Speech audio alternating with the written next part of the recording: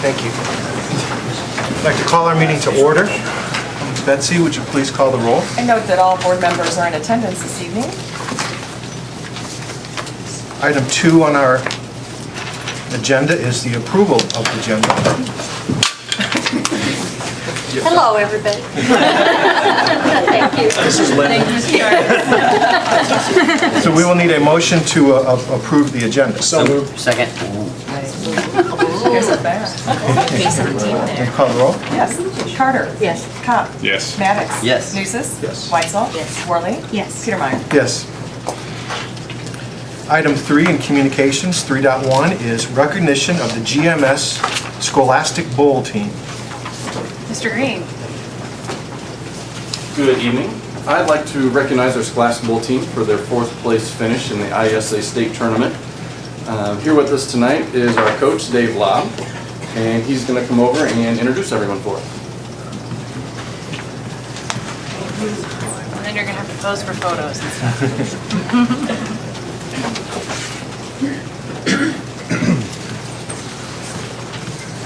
My name is David Lobb, Scholastic Bowl coach. First off, I want to thank you guys for inviting the Glenwood Middle School Scholastic Bowl team here tonight. We finished the season with a 4th place state finish. The last regional victory for GMS came in 2004 and state victories in 1993 and 1994. So it's good to be back in the picture. Thank you for supporting this extracurricular activity. Very much appreciated. While I have your attention, I just wanted to take one moment, if I could, for introducing the team. I wanted to recognize Mrs. Melanie Jarvis. She was at every meet. She handled our host room for every home meet. She helped be a mom to all the players, not just her own 3 boys that are on the team. Thank you so much for your dedication and care. You are a true Scholastic Bowl mom. Thank you.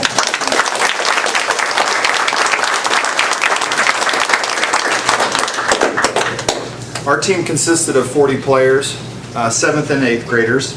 The students I will introduce tonight were the best of the best. 15 students represented us as the tournament team. Each one of these students possess dedication, intelligence, humor, and volume. I say volume because this may be possibly the loudest group of kids I've ever worked with. They are a loud group. Very proud to be their coach. I would like to start with my team captains.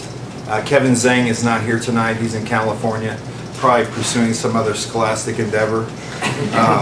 And Anna Lichikoff. Anna, come on up. These are my captains.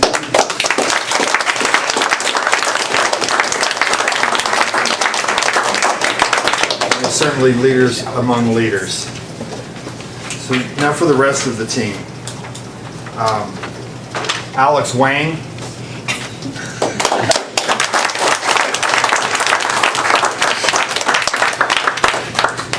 Anish Mata.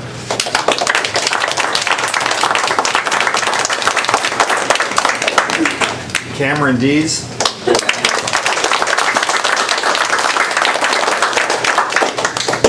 Ashwin Gupta is not here. Beatrice Mendiola is not here. Drew Jarvis.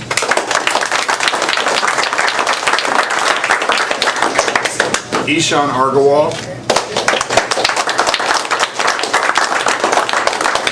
Guys, Jackson I'm Blau. going to come like your sake.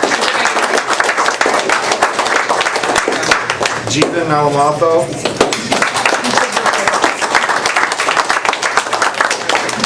Nafiz Rahman.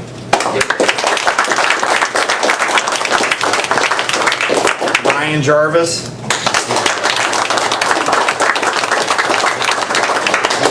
Sean Jarvis. And last but not least, Sujay Samashwar.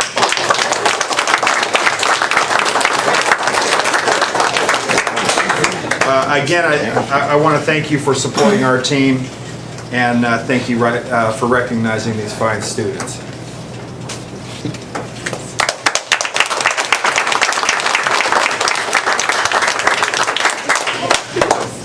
Hang on, everyone, get the picture.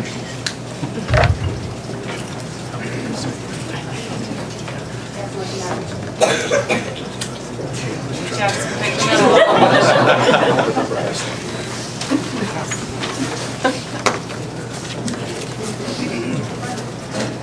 So I would like to add, this is why we're here, so congratulations to you. Thank you to the parents and the educators, and your dedication is what we're about here, and just congratulations. This is outstanding. We're very proud of you.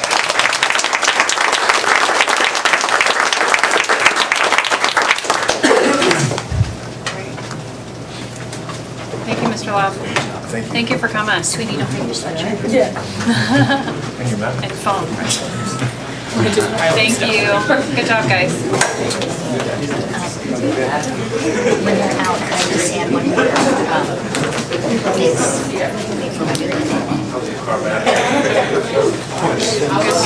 One more.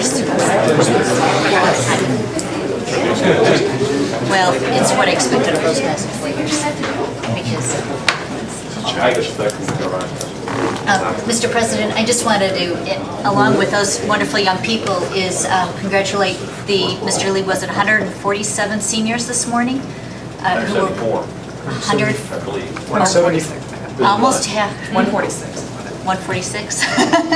A bunch. The high school senior class that was recognized at the scholarship breakfast this morning, and I just want to say thanks to all of our teachers, our parents, our staff, and it was really exciting to be part of that this morning. And all the years I've attended that breakfast, I think this was the largest by far, and it was really, really neat. So, They earned thank over you. $6 million in scholarships. Yes, wasn't that amazing? And wasn't last year 5 million? And we were amazed at that. It's like 5.5. Every year. 6.2. That's great. 6-2. It was great. It was great to see. Thank you. Great, outstanding. Thank you. Congratulations. Said that. All right. With that, 3.2 is the opportunity for visitors to address the school board concerning any agenda topic. Do we have anyone who wants to address the school board tonight? No. With that, we'll move to the consent agenda items. So is there anyone who wants to pull anything from the consent agenda for individual discussion I'd like consideration? to pull 4.10, please. 410? And I would like to pull 4.17 and 4.18. All right, so we'll pull 410, 17, and 18. Is that it? So with that, I will need a motion to approve the consent agenda items 4.1 to 4.9, 4.11 to 4.16, and 4.19. I'll make that motion. Second. We have a first and a second. Betsy, would you call the roll, please? Cott? Yes. Maddox? Yes. Nucis? Yes. Weitzel? Yes. Morley? Yes. Carter? Yes. Petermeyer? Yes? Okay, so we'll pull 410, the treasurer's report. Yeah, the reason I want to pull that is I understand that, I know the Finance Committee looks at all these things, but I think it's important for the non-Finance Committee people on the board to have a report from Patrick on how we look for these things, because sometimes there can be some things that are not evident in some of these reports. So I understand that we want to put this on there, but I think it's valuable that all board members understand what's going on with our finances and that, so. Okay. Thank you, Patrick. Any one in particular, or just how I've normally handled it? How you normally handle it, yes, sir. Well, then if it is, we'll just jump into the expense report real quick. These are your expenses through April, so you're about 83% of the way through the year. Their expenses are tracking pretty much within budget for the most part. You'll see a little bit later, you'll see a revised budget presentation. We'll address some of these areas where we needing to adjust what we've approved already. And I can explain that when we get to that point. But as far as expenses go, they're pretty much in line with where we thought we'd be at this point in time in the year. Revenues. Good news, state's actually paid, I'll just jump to the end real quick, that's sort of good news. As of May 14th, the state only owed $25,000. So of all the months we've been reporting large numbers they've owed, they're current. So we're very thankful for that. And that's been great for our cash flow this time of year, because this month, April, is the lowest month traditionally for our cash flow. And then because of taxes and stuff, May and June start to pick back up. So I'd say we're past the lowest point and beginning to work back up. But that's a good news from the state at this point. Otherwise, revenues still we're tracking with about where we expected. Got the transportation loss and the GSA loss. You want to? Right, those are the same numbers throughout the year. So that's what we've, money we were entitled to based on legislation and based on the transportation's a reimbursement cost. We put in from the year before what we spent and what we're due back in its formula. This is the amount due to proration in that area from the state that we are not receiving, but we're actually would be entitled to. So that's money the district has put forward. Isn't going to see in reimbursement from the state, unfortunately, but we are entitled to it. Same thing with the general state aid. At 100% of the current foundation level, that's how much is not being paid to us this year. And again, it's the money that we just won't see. So that's money the districts unfortunately do, but isn't going to receive from the state.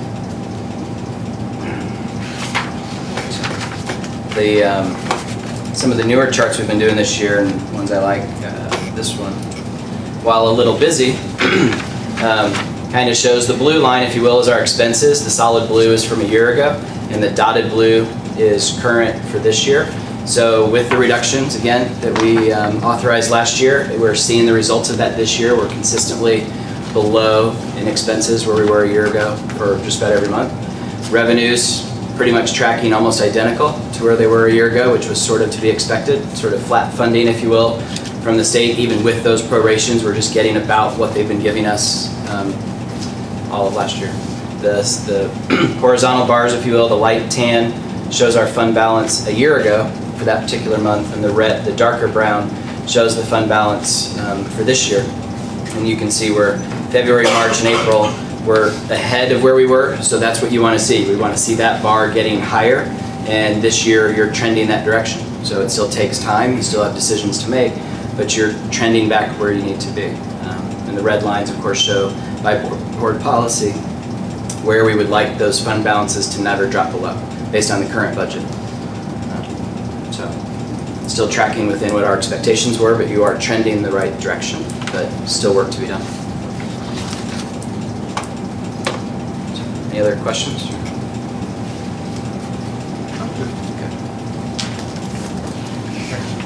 Maybe it's a good idea to remove this from the consent agenda and put it back in where it was.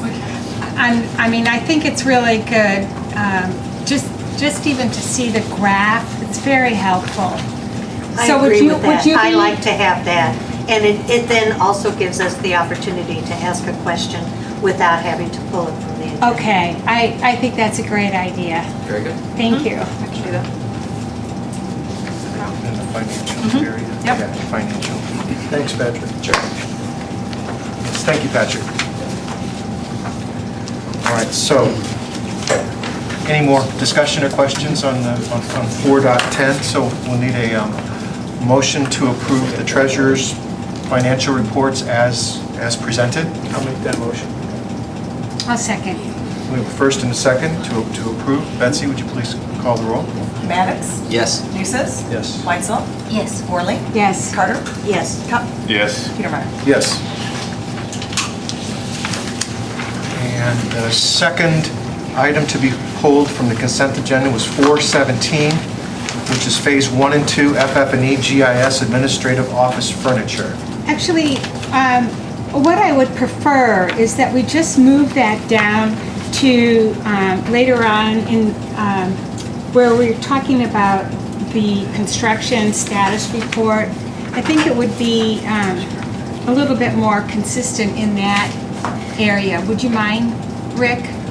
Or do you want me to just go ahead and I express my think- concerns now? Because it's Okay. here and the agenda's been approved, we Okay. need to act here. Okay. But in the future, yes, we can move these to Correct. an area more on topic. Correct, okay. Well, the first, this is just a clarification for me on 4.17. It's FF&E. I just want to make sure that the Wiley bid is coming out of the 217,000 on the FF&E for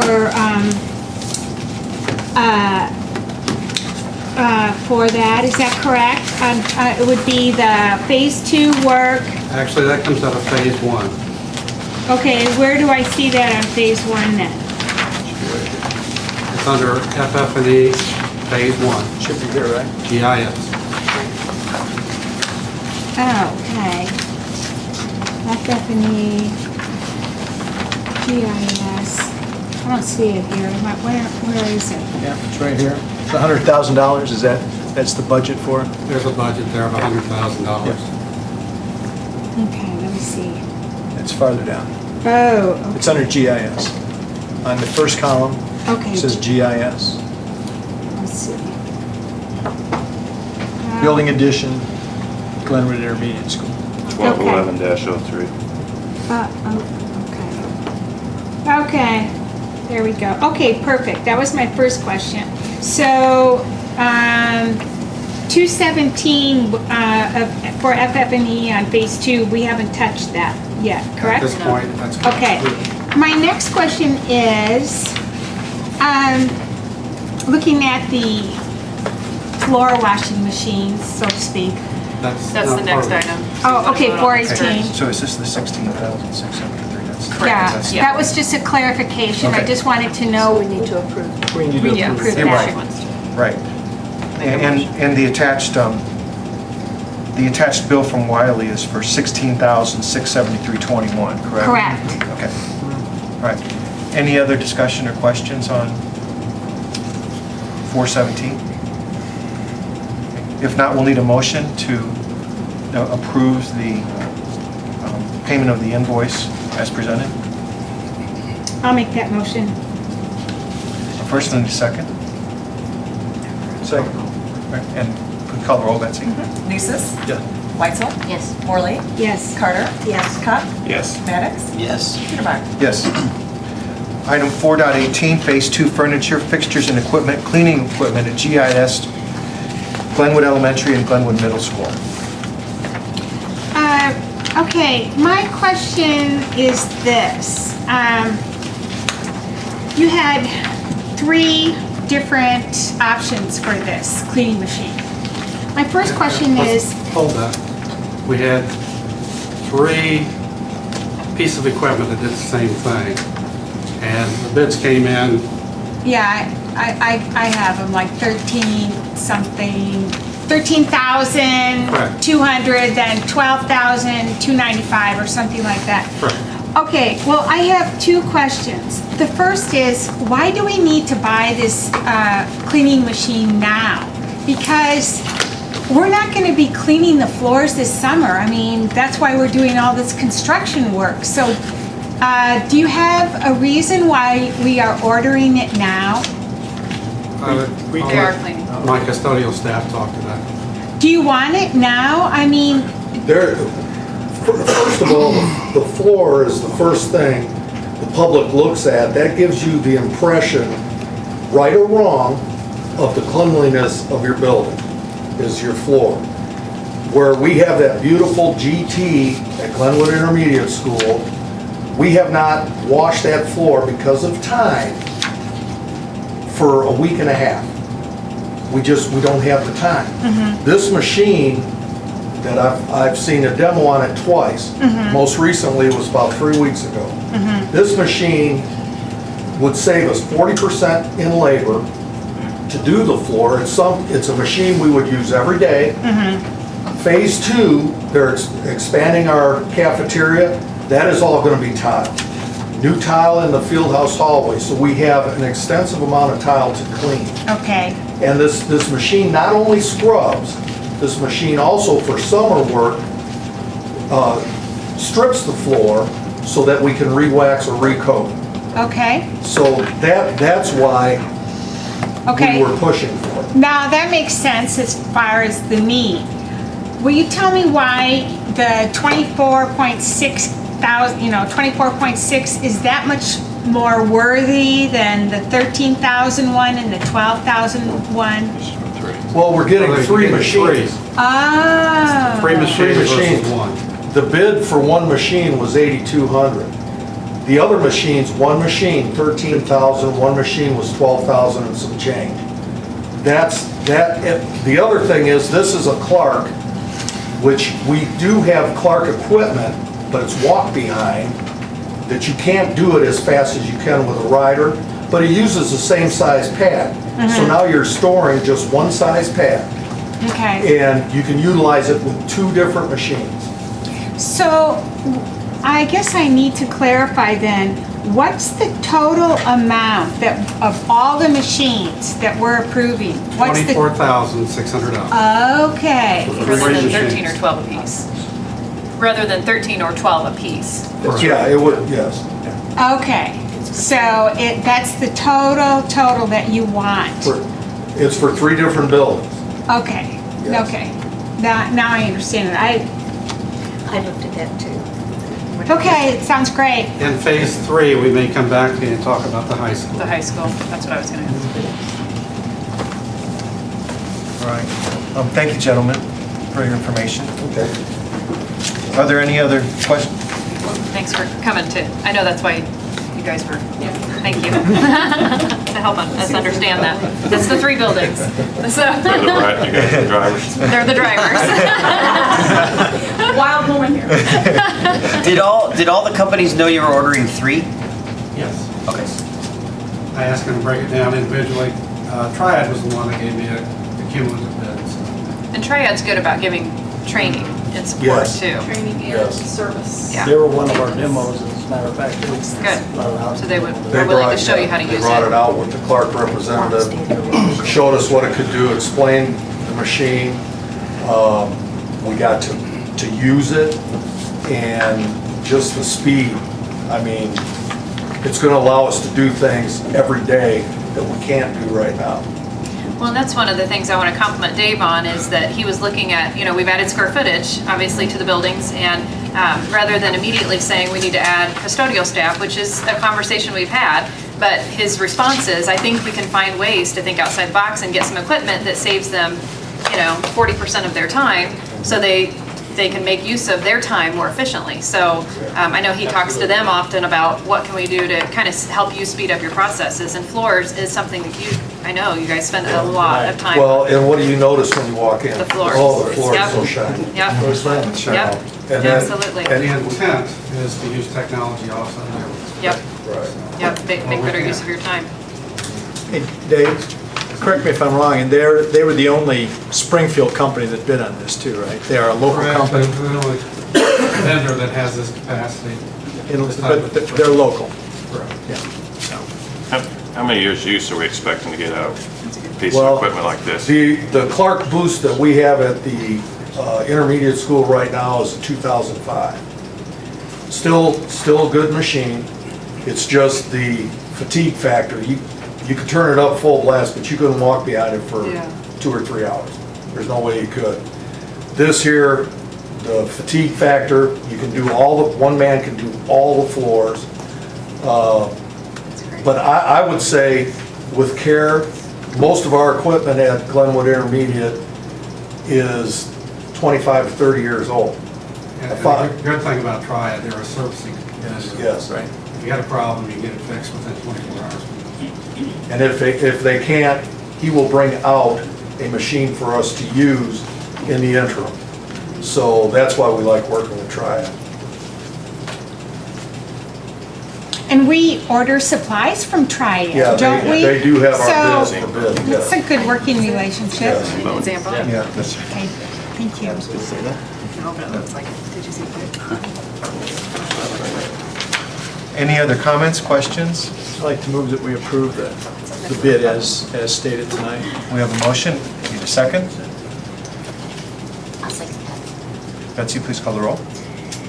Weitzel, Yes. Worley, Yes. Carter, Yes. Cup, Yes. Maddox? Yes. Nusis? Yes. Petermeyer? Yes.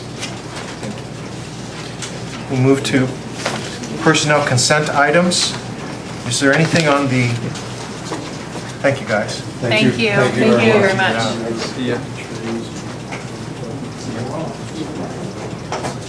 Is there anything on the personnel consent agenda that any board member would like pulled?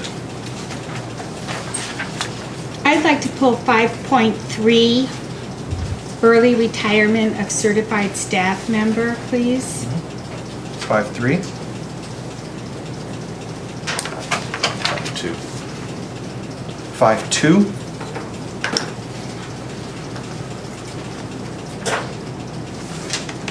Anyone else? All right.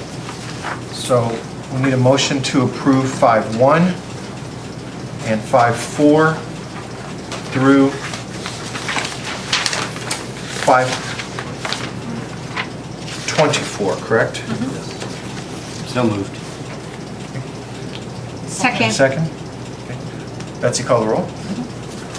Let me see, where do I start? Carter? Yes. Kopp? Yes. Maddox? Yes. Nusis? Yes. Weitzel? Yes. Worley? Yes. Petermeyer? Yes. Okay.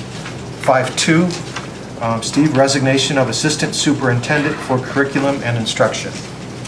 I just want to thank Mrs. Larson for her countless hours and her hard work that she gave to this district. I think it's just proof of her dedication to the students at Ball Chatham, and I'd like to wish her the best at her new job in Tri-City.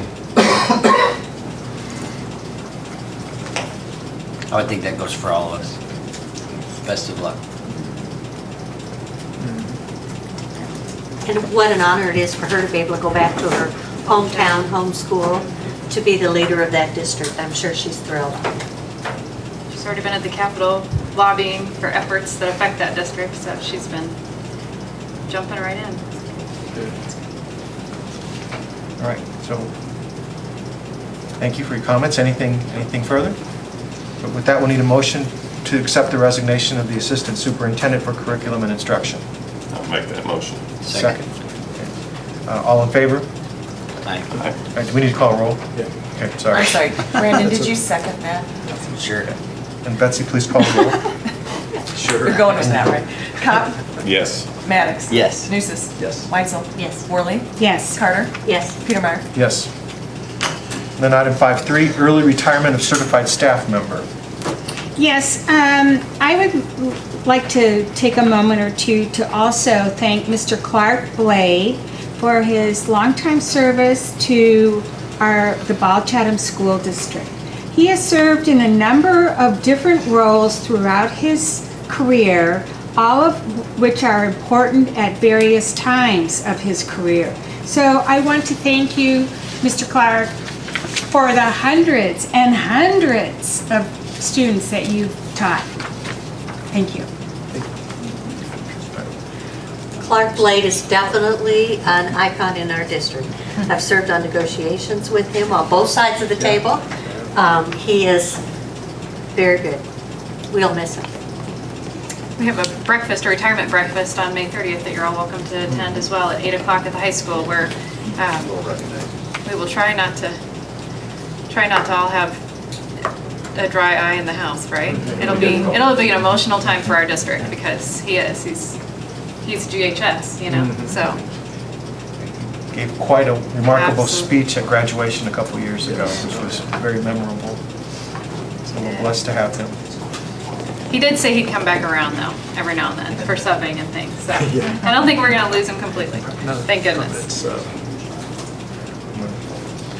right, thank you all. So with that, we need a motion to accept the early retirement of certified staff member. I make that motion. Thank you, Susan. A second? Yep, second. Thank you, Jim. Betsy, please call the roll.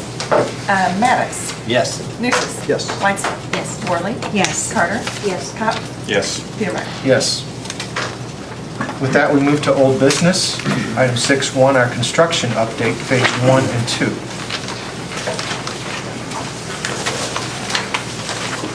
I'm going to stand in for Corey Hope tonight. He had a last minute issue, couldn't make it here tonight. Let's talk a little bit about GES. We're at final grade at GES. Grass is planted, we are growing grass. Playgrounds are in place now, less the rubber surfacing. That'll be installed after June 2nd. That will complete the work for GES. At Ball Elementary Schools, we finished final grade. We're doing hydro seeding tomorrow, and that will complete the exterior work at Ball Elementary Schools. At GIS, we just finished the last piece of interior work on phase 1. That last piece is 1 classroom, 2 offices, and a safe room. It was completed this past week. Walls are open back up for public observation. It's not in use yet, I don't think. But that is complete. On phase 2 work, they have started construction demolition in the old admin area. And that completes my report. Okay. And we'll go on with our spreadsheets that we've been looking at monthly. First one, which is all the phase 1 work, pretty much is tracking the same as it was. We did, if you study this with previous ones, we did add another column, which is miscellaneous reimbursables. I've extracted some of we were carrying some of the items like survey and borings and printing and some of those costs over in the FF&E column, just to have a place to do it. I've separated them out. I'm trying to get more detailed on this, and so we will carry that through with the other phases of work as well. We are about 95% paid out now in phase 1 with approved contractor pay applications, and the change orders are still holding pretty much where we were, a little over 1%, 1.35%. We still do expect some of the construction contingency for the 3 additions, although I'm not showing it currently. We could be seeing $400,000 to $500,000 coming back out of that fund that we're most likely not going to be using. We don't know yet. We haven't got completely to the end. One of the things that we still have to do are the outside concrete stoops at the doorways at GIS around the circle end of the building. When we do that, we're going to dig up the downspout leaders that run out. That's not included, so we're going to do that by a change order. With the right contractor that's doing it's got a backhoe on site, so that'll be an expense. I don't know what it's going to be yet, but we want to make sure that all those downspouts are hooked up correctly. So a few items like that that are remaining but no big ticket items. So, but we can't really make any projections until we get to the complete end. So that's phase 1. Any more questions about phase 1? I have a question. Regarding this, the quotation for, I imagine, school furniture, correct? Mm-hmm. It's from Verco Equipment for Educators? That's a later agenda item, that's from me. Okay, perfect. Okay, We are perfect. tracking some. David gave me some late numbers. We are tracking some of those as he gets those numbers in. We'll include them. Okay, that's fine. I'll just hold on. My question can wait. Any more phase 1? Let's go on to phase 2, the next sheet. We have now, we've got a later discussion item. We bid all the projects in phase 2 now. The last one that we needed to bid was the high school parking lot that we'll talk about in new business. So this is fairly accurate, and it looks like we are tracking almost $500,000 below budget in phase 2 right now with the contractor prices that came in versus what our budget was for all these items. So they are complete. So, and we will once we've started construction in GIS interior a little bit with doing some demolition work, but most all this work's all gonna happen, over the course of the summertime, so. There'll be some changes. Some of the projects we're doing, the bathroom renovations, that could be, if there's gonna be some cost overruns, that's where it'll be because of unforeseen conditions and dealing with plumbing and so on and so forth, so. But we do have contingency. We have contingency built in with all these projects, 10%, so whatever we don't use, gets carried on, into phase 3, just like phase 1. So, the yellow highlighted area, we did have a meeting. When was our meeting? A week ago or a week and a half ago, when we're starting to talk about phase 3 work now. And one of the items Patrick mentioned that we really need to somehow show that the drive and parking lot work at the high school and at GMS, which is pushed out to phase 3, is out of a different fund source. It's out of health, life, safety fund source instead of this referendum, bond referendum money. So just to give you, just to remind everybody about that. Anybody have any more questions about phase 2? You want to talk about the funding source for GHS bus lane? Yeah, I do want to talk about that, and then I have a couple other questions. Do you want to talk about, this is the health, life, safety portion, correct? And then we moved the funding source for the high school bus lane from referendum money to the bond money left over to 2010. Okay, but my question at hand is, what's the total cost of this parking lot by the time you add those concrete passageways for the buses? What's the total cost? At the high school? Yes. $628,000. We'll talk about that in new business. Okay, perfect. Let's just do that.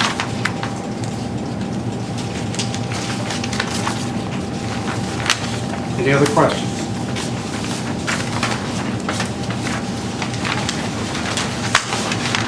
The last sheet, any more phase 2? With the last sheet that, at our last month's meeting, there was a request to start thinking about phase 3 items. So these are the residual items that originally were in either phase 1 and 2 and now have been pushed out to phase 3. We had a meeting last week or the week before about trying to prioritize some other items. David has a list of other items, requests throughout the district. We did meet on it and we discussed them all, but I think there's some more discussions that have to take place with administration at all the buildings before that's really cast in stone. But these were the items that were always on either phase 1, 2, or 3. This is kind of the residual that got moved from phase 2 originally to phase 3. So we put the items at the bottom of the page. This is work by others, or by own. Those are also budgeted, they're shown on our master spreadsheet, so. And if I remember you correctly, you weren't going to bid on this until after the first of the year, correct? Yeah, we haven't bid any phase 3 projects. And it was my understanding that you were planning to hold off until after January 1st. Yeah, we'll have to make sure we do it timely, so, we might want to start on some of the design and, to get things ready to bid, because the sooner we can bid things after the first of the year or even earlier, a lot of times the better pricing we'll get, because contractors are starting to fill up their work schedules, and if we're first, we're better than last as far as costs. Well, when do you think those discussions about timing and preparation work should begin? All part of the construction committee. We'll bring it forward. Okay, perfect. Right. If you add all these up, phase 1, 2, and 3, I did a calculate, didn't include it on here, but we're 34,750. I mean, that's everything, fees, contingencies, and everything. So it is below the 35 mark. And there's still a lot of contingency in there that we're still carrying forward, but we haven't used yet. So we could be $1 million or more under that, budget-wise. So far we have, we've bid and we've constructed phase 1. We have bid phase 2 that we will construct this summer. We'll see how that comes out. So that's kind of where we are. Corey's here, can you come to add anything? Had another board meeting, guys, sorry. That's okay. Come on in. Yeah. But we're gonna try to do them in the same format, so not to confuse anybody, you know, so that you get familiar with this format, and we'll start lining them off with a color or something as the project's complete, so everybody's up to speed on status, so. Is this the time to mention this, or do you want me to wait? Having a short discussion about the generators, the 3 generators, and what's your evaluation now? I think this is appropriate time for you to have a discussion. Okay. Because it's on these. Well, we initially had this conversation about the need for the generators. Was it like, it began in September or October at the facilities meeting? And then we had the energy disruption agreements changed, worked out with REA, or is it RECC. RECC, right. Okay, so that was a plus. Now, does that change your recommendation at all, Dave, to not get the generators, or are you still proposing getting the generators? And if that's the I think the need case, for the generator is still there, based on the fact we can't predict how long the outage is going to be. You know, Dave Stu has assured me that he'll make sure that we're the first on, do the best he can to get the power back on as quickly as possible. But that doesn't preclude us having the need for power generation for long periods of time. We have a snowstorm, we have a major transformer blow, lines go down from wind. All those things are going to contribute to the need for power generation. I still suggest for the server rooms, in particular for GMS, GHS, and GES, we provide backup power generation there. so we should provide backup generation. That's what, Correct. that's what I thought. Well, then I'm really confused as to why we didn't carve out the necessary money on phase 2 to get these generators purchased. Now, we did have sort of an overall discussion. You know, you have to plan and time for your, and it's the timing of your projects, and you have to plan in advance. Let's talk about that a little bit more in depth. Okay. The generator from the high school would move to GES. We can't move it until we're doing the high school construction. Okay, so that's not till 2015. So that's the only generator we could actually add at this time would probably be GMS, because we'd have to go out and procure that. The discussion we had in the construction meeting, if you remember, I asked permission to look for power generation that maybe was used, have a few hours on it, and I was granted that permission to start looking, with the idea I come back to the board to get approval for purchase. We have plans in hand, we have no specifications. The plans aren't complete because they're not gone through the architect. The engineer has done his planning, but he doesn't know our plans to provide power generation. So we've got to work through that issue. There's still about 2.5 to 3 months worth of work for the electrical engineer and the architect to get good plans out on the street. Have you talked to Chad about the need for this? I talk to Chad every day. Okay. And Chad's nodding. 2.5 to 3 months, is that for all of them, or just for example, GMS? That would be for 2.5 all or phase 3 months? Should we choose to go forward with that phase 3 piece at this time. How many millions of dollars do we have at GMS in IT equipment? Well, that's, Chad's not here, he can probably. Yeah. He's right there. He's right there. How many million? What is that, million? And that server room over Total. 50,000, 750. 150? Oh, 7. What did you say, 750? 150. No, 750. Oh, 750, excuse me. Well, what was that? I mean, I think something is better than nothing.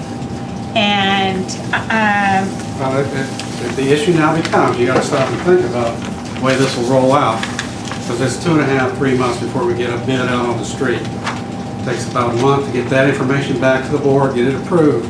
So 4 months from now, that's September, and we're talking about a major disruption on the backside of GMS. can't be any more than what, I mean, I think maybe, Heavy equipment, earth moving equipment, concrete placement on the backside of GMS. Now that's going to disrupt transportation, that's going to disrupt playground activities, movement back and forth back there. I don't recommend this until Okay. next summer. was it a pretty horrendous summer last summer, Chad, when things went down? It's been a pretty horrendous summer every summer. Okay. We constantly have the power outage sometimes the water flows they put on the property. It's planned. I mean, Chad, I'm having trouble hearing you. Sorry. It's not like it's not planned. I mean, they tell us that it's going to happen. It's just usually it happens right in our registration when it pretty much when it happens. So, you know, I don't know what's been said in the agreement that they've changed now, whether they're like our own or not. But it's been every summer that we've had where it's regular registration, which is that, so it's odd to be able to set out the power. But like I said, I don't know what's changed in the agreement. Now, does it happen every year? Not very much, but We have an agreement They've with agreed not to do REA that, yeah. that they will no longer shut us down during registration. But the two issues matter what. we had lately were because cars ran into a Correct. pole. So Correct. we can't But think predict of it. that. Power generation, it takes 3 to 5 seconds for the generator to ramp up. We had a blink, I mean a blink, and what did it do to your system?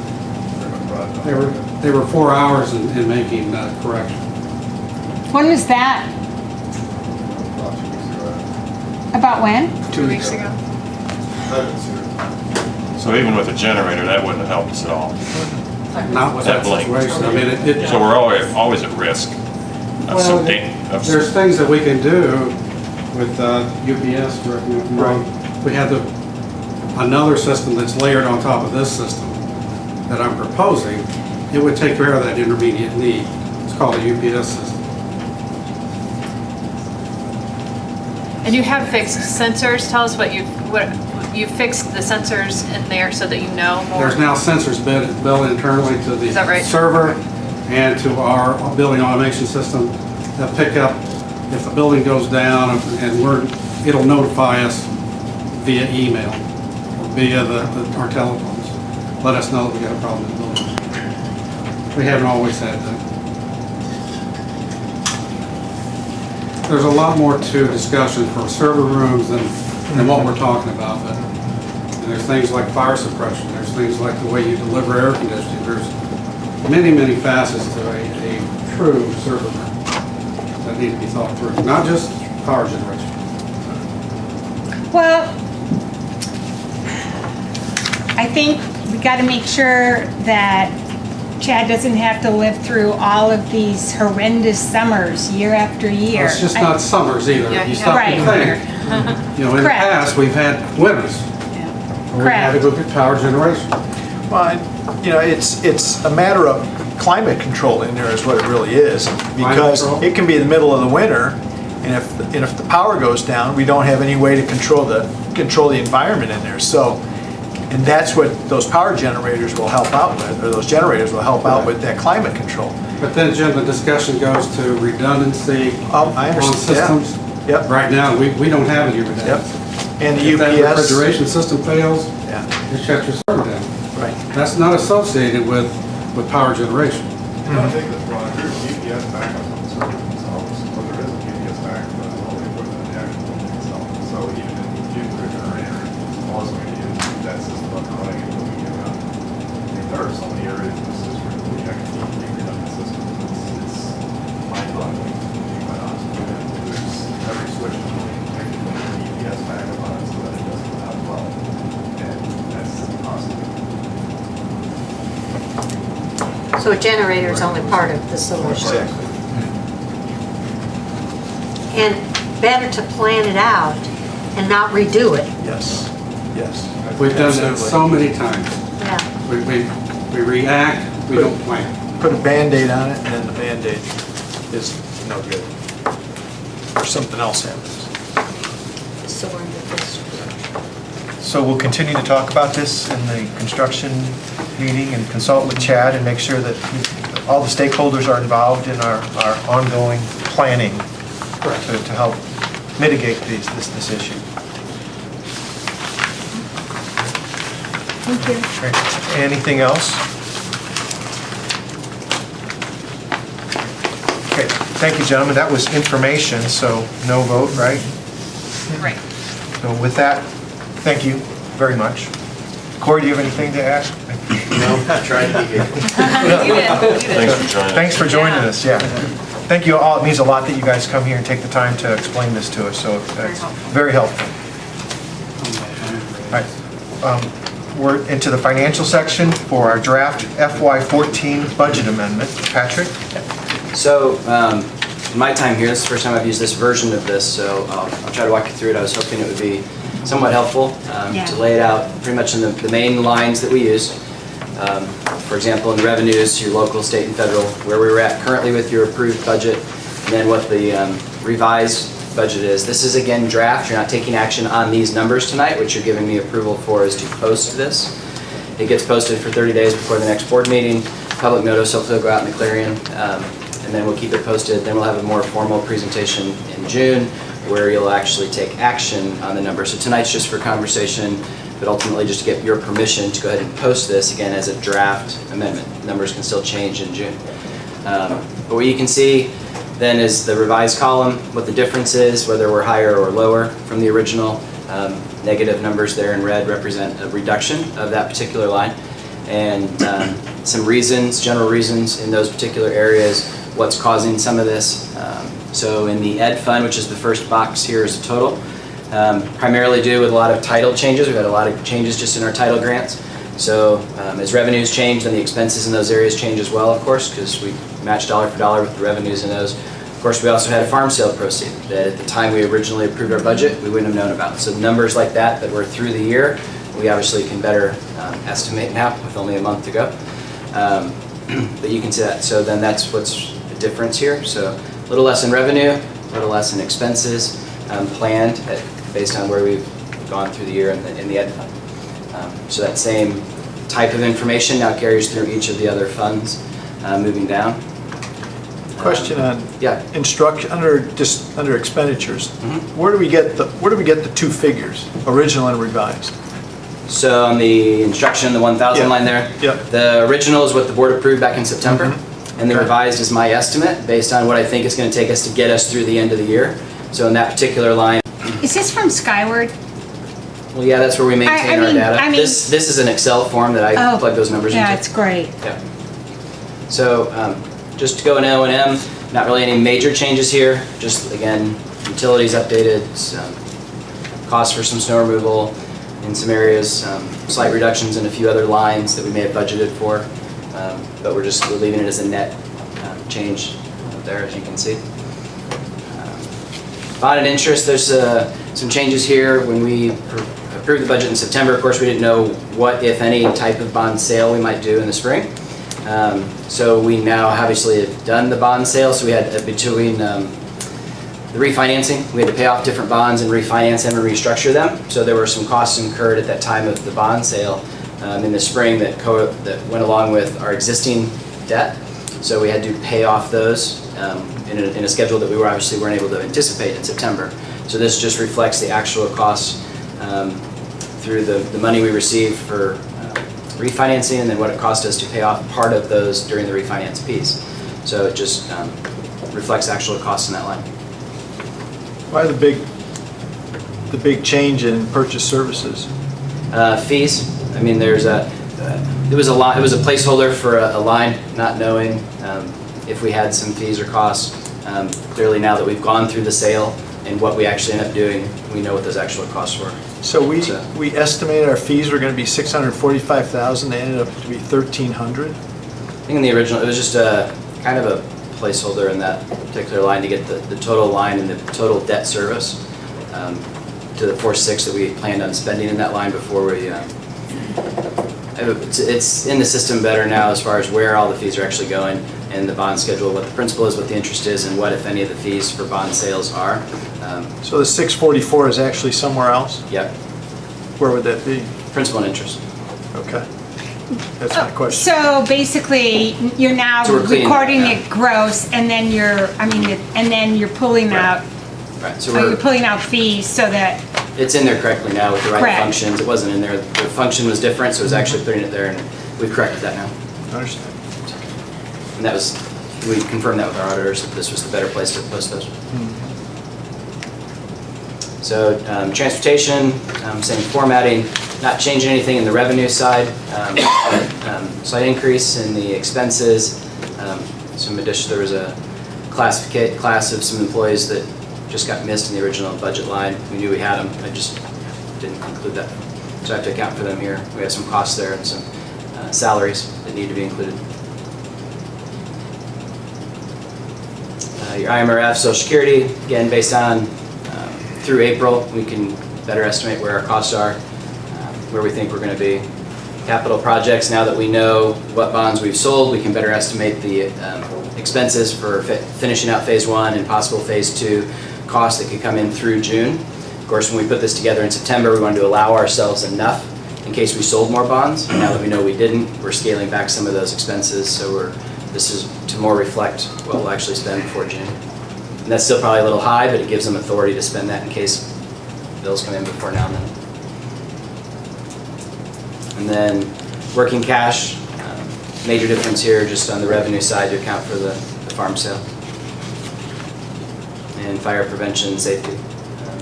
Just an update based on the levy numbers where we actually fell with the actual levy request. So overall, this is, as a whole, this is how the changes, this would be the draft. This will go out for public. Public's welcome to comment or come to the next board meeting. We'll have a hearing, just like we did with the original budget process. They'll be able to comment.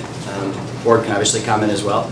And then we'll hopefully adopt either what's presented to you or a version that we agree on at that meeting. I know there's been some discussion in the past about the need for a revised budget at the end of the year. Why isn't the budget at the beginning of the year the same as at the end of the year? But you've got some perfect examples in there as to why we need to revise that budget, because of, we know what expenses are going to be, we just don't know exactly where to plug them in, and then Right. by the end of the year, we end up knowing where to. And really, in this how they're particular, coded, basically, right? Yeah. Because everything's got to be coded to a certain correct. ISBE code, right? Yeah, and then you have flexibility within that fund, so within the ed fund or within the O&M fund separately, you have flexibility to move money around without a full budget approval process up to a certain point. In this case, it really was driven by the bond and interest line. Because of the sale and because of the additional costs that we had to spend there, we need board approval in order to pay those. And so it prompted the amendment this time. And since you're opening it up, then you go ahead and look at everything.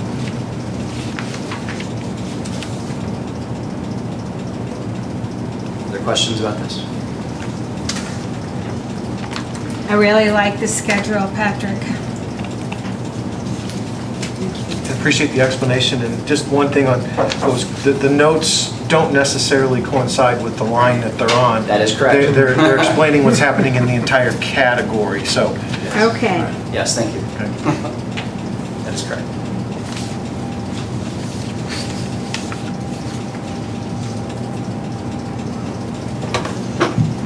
Thank you, Patrick. Thank you, Patrick. Are you going to go over the other? You want to take action? Oh, the other document is just your the single page that you're maybe more familiar with. It lumps all that together in one line. What I've highlighted for you in yellow is where there is a change. Now that change could be up or down. I didn't signify that. I just wanted you to know that's where those changes are from the budget you approved in September. Any number that's not highlighted in yellow hasn't changed from your number in September. At this point. Again, this is draft. You are not approving those numbers. You're approving permission to post this so we can get it published out there for 30 days. Any questions on this? All right, we're good? So it's a recommendation that the board tentatively approve the FY14 budget amendment for posting purposes. The final approval for amendment will occur at the June board meeting.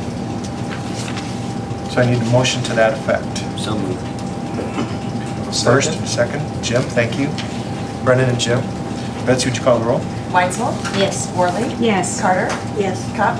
Yes. Maddox? Yes. Nucis? Yes. Peterman? Yes. Thank you. Okay. Next item is the FY15 fee schedule. We've shared this in draft form, and we've discussed this at length with the Finance Committee several times. So tonight before you is a version that we would hope to either approve or at least get further feedback from you. I'm waiting for you to pull it up when I have control of it. It's all right. There are two proposals here. This is sort of more of our standard fees. I'll just review this first. The item on the left is our current items and how they're labeled. The middle column is a proposed, if there's a language change, and it's just, if you look at the top there, it's instead of calling them book rentals, really to move to a registration label. And more accurately reflects really what it is. So that's a slight change, of course. It's just really a title change there, but then you see the current fee followed by a proposed fee. Again, these are numbers we've received both in conversation with you, the Finance Committee, administration. And then, of course, the food service in the middle there, some additional driver's ed, summer school, and further down, and the athletic fees. So you see the changes that are on this schedule that are proposed for you tonight. And we can come back to this, but I'll just go ahead and pull up the other one if you want. And this is the specific in the food service. There's things we call a la carte, really sort of your individual items that can be purchased separately from the food, the main menu item, if you will. The current FY14 cost for these are the main items as they're labeled in our software and what gets charged. And then a proposed increase, and again, this is across the board, a 50-cent increase. And this is what we've had that conversation about, looking at the fees. This is just a model, but this is to potentially get the program sort of back to a level playing field. These fees, in addition to the other fees, really is what it would take. But you can consider this as a separate schedule tonight, and or include it with your action on the other one. But I wanted you to have them separate, but you can include them if you want, or you can give me feedback on these. But Could you go back to the other schedule, please? You know, maybe I missed this, but lunch K through 6 is $225, and but lunch 7 through 12 is $250. I thought they were going to be the same. We had actually, the first model was all of them moving over 50 cents. Correct. And then after hearing some feedback of the lunch K6 and milk, for example, and breakfast, that those maybe didn't need to be as significantly increased as the others. So this model accounts for some of that feedback we received and actually doesn't increase those as much. Is there any consideration given to the fact that, I know there's a lot fewer adults obviously who eat than children, but I can't go out for lunch for $3.50. That's a good point. You know, if I'm gonna need lunch out when I'm working, it seems, I mean, I hate to be mean about it, but it seems really, really cheap for a grown-up lunch. It does.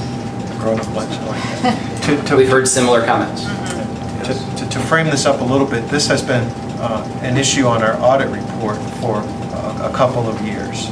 And Patrick went in and did a long-needed study of the lunch program and found that the income was not supporting the lunch program. So we went in and looked line by line at what we could do to not make it profitable, but try to make it, you know, a break-even proposition. And still keeping it below, to your point, Lisa, of lunch out. It's not possible to find lunch out for the prices that we're doing after the increases. And as we discovered over the years, prices were not increased for a long time, making these absolutely necessary to bring this to a financially viable program. When was the last time we had an increase in We lunch? increased last year. Lunch, did we have years last ago. year? We've left them the same. Last year? Last year, but before that was like 3 years. Last year it I had been think. 2 or 3 years between. Yeah. I have a question on dual credit fee. Yeah. Dual credit being that they get college credit, high school credit plus college credit, right? Right. For example, Lincoln Land. Right. Is that correct? Right. Or wherever Yes. other schools too? Lincoln Land. Mostly Lincoln Land. Yep. Mostly Lincoln Land. And at Lincoln Land, I don't know, anybody have an idea what a credit hour costs at Lincoln I Land? don't know offhand, but they don't pay the tuition fee. Well, that's exactly right. I mean, they save a lot of money by having to They dual absolutely credit, do. It's a great deal. where we have to provide that, and it costs us some money to, All it cost us is, staff member, but also we're trying to offset the cost of the textbook is really what we're trying to do, because we have no control over purchasing the textbook. They tell us what to purchase. So that's just to help us offset that cost. well, if that was a college course, though, they would have to pay for that credit, True. or for that textbook at the tune of probably a couple $100 at least, at the minimum. I agree So- with Jim. Maybe the dual credit fee could be, reevaluated. I agree with you. I saw a tuition bill for Lincoln Land for a summer college credit class, and it was $500. Saw it, matter of fact, saw it today. It was due today. Right. So, my preference would be to maybe have that dual credit fee, a better reflection of what the market is charging for such credits. I would not agree with that, because we're trying to encourage students to take it, and that's one of the advantages, and that's what the high schools typically promote, is that you can get to college tuition or college courses with tuition free. So I wouldn't say you do that, but Jim, I wonder how often do they buy a new dual credit dual credit textbook? They don't do it every year. The children do not take it home. It's different in the different classes. Okay. The different curricular areas, so. But I mean, I think it's one, I mean, a lot of schools offer it, but we offer quite a bit, and I think it's one of the attractions of Glenwood. I mean, bump it too much, I don't know. I think that'd be. I can't remember offhand how often they need new textbooks, but the children don't keep the textbooks, whereas they would if they bought it from the university or from the college. Get sell backwards. Right, exactly. Yeah, It's still a great deal, but I think that's what we want to maintain, is just to keep it a nominal fee, so that still we're encouraging students to take the courses, but offsetting some of our cost, I think, is what our goal was on this. Well, perhaps next year we can take a look at something where we look at what our costs were to provide those dual credit. And we can still do that. I mean, you don't technically even have to approve this tonight. It's May. Like athletics, maybe there's a scale. And that's the other thing too. It's your first one is this, your second or third one is. We can get a local comparison. Yeah, that'd be great.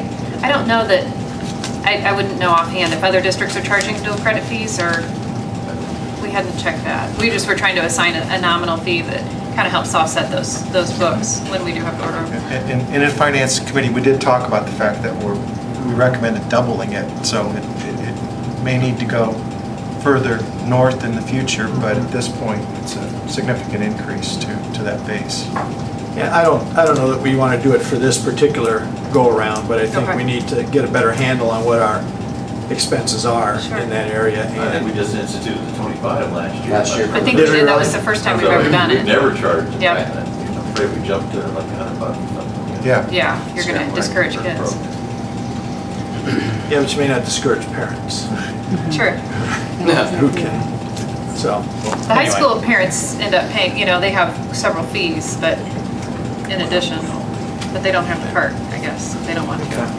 Is it each class? Yes. Is that- Correct. Yes.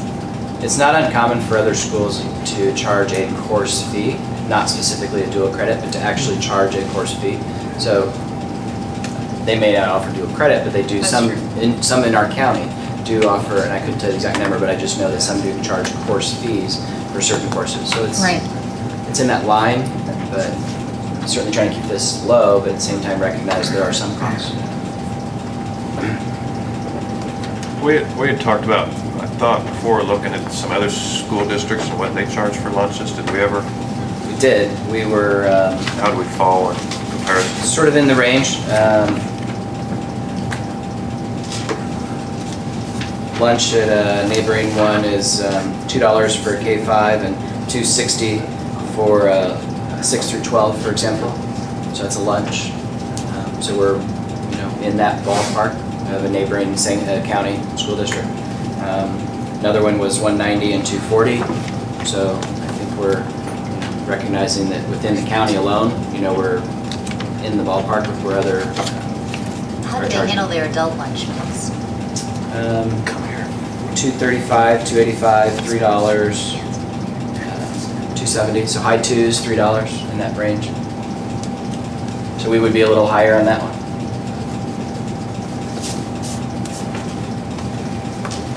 That's certainly not a large revenue source for us. It's just recognizing that it is time and cost to the cafeterias to prepare that extra, that usually a slightly different meal or larger portions or more, just for, make those available for them. Based off where our deficit is right now, off of this year, by doing these increases, how far would we get caught up? It's a little hard. It's obviously a guess because you don't know how many kids may drop off when they see an increase or may still pay. I mean, it's still a guess. And I estimated, my estimates show we still are in the hole, but maybe only about 85,000. Whereas we were in the 300, 400,000 range before. So we made a significant and then we can review it next year. And then you would review next year And to see you where had it actually even, fell. in your assumptions on that, you had even included a slight decrease too. Yeah. Just thinking that if you raise prices, you might have to decrease. So he actually put it. So I tried think 10%, didn't you? I tried to just assume that, at least 10% may not buy. You don't have that, but. And so not knowing how that could fall, so I accounted for some of that, but this model with those same numbers held the same potentially is a little less, but significantly cuts into the deficit and allows you some time to continue to review the program and see where you're at. You may not be able to change it overnight, but you can sure make a good effort to getting closer to them. See, I actually have the following observations.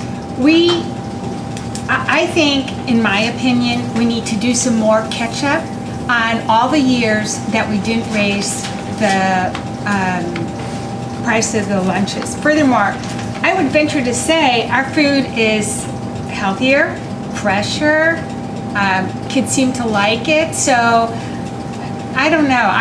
When I hear we'll still have a deficit of 85,000. That's a model, but yes. It's a model. Your models are good. I still cringe. I cringe. So I don't know how the board can address this. But obviously, that's better than a negative 300,000 from last, I'm sorry, but I don't think we're quite as net neutral as I would like it to be.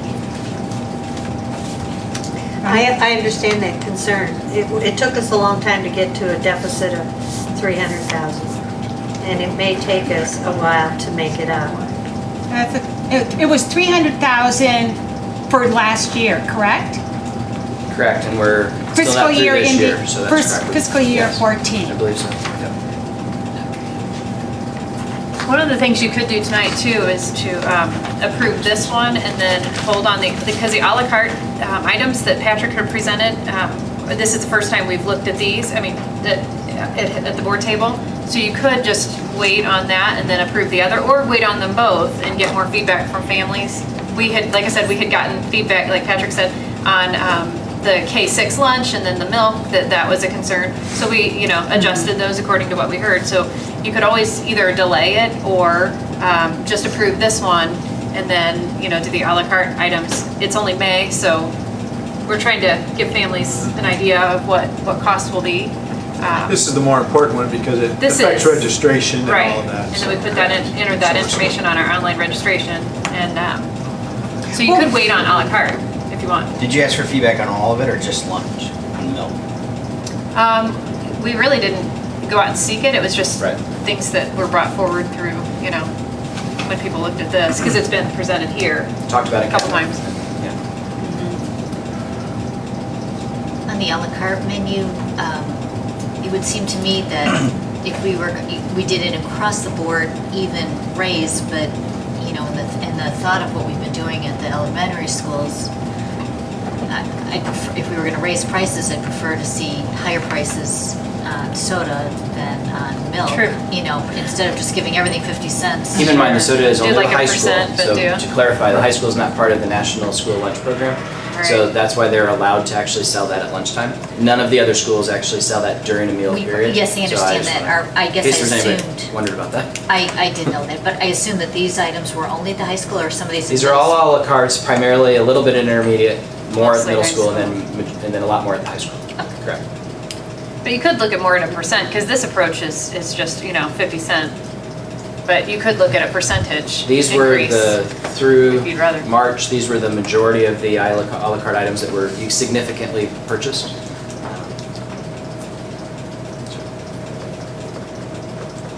Well, I think the prices are so comparable, I don't know that a percent would be much different than 50 cents per item. I'm just thinking that, you know, if you have a lower increase for fruit than you do for ice cream or dessert or whatever, I mean, but then again, you know, maybe I'm just making them out on a low level and it's just easier to do it this way. I'm curious, what's included in the last 5 items? Yeah, I'd have to dig in and see specifically what they've That's a good question. keyed into the cashier as to what is a $1 item, what's $1.25. Is it like a prize box? Maybe a banana or something is one Something of that those. didn't, and it's sometimes how the cashier codes something at that exact moment it went through, even though it really maybe belonged on a different line. That's some of the more. That's just how it's detail. listed in your system. Yeah, that's the item detail. So until I go back to that cafeteria and get better clarification on what exactly it is. Would that be okay if we held on this one? Of course. And then, I can clarify that a little bit on those line items at the bottom, because they don't have enough keys on their. On the registers? So they just created. And sometimes if an adult's coming through getting Generic. something, they might just charge that to the adult. Because that's their account, so they just charge that as opposed to one of the other ones. It is that same price. That's why those 5 items are there, so they have more items than they could actually fit on the tray. We got a lot of stuff to eat there then. we do. They do. A lot of choices. Where's the pizza line item?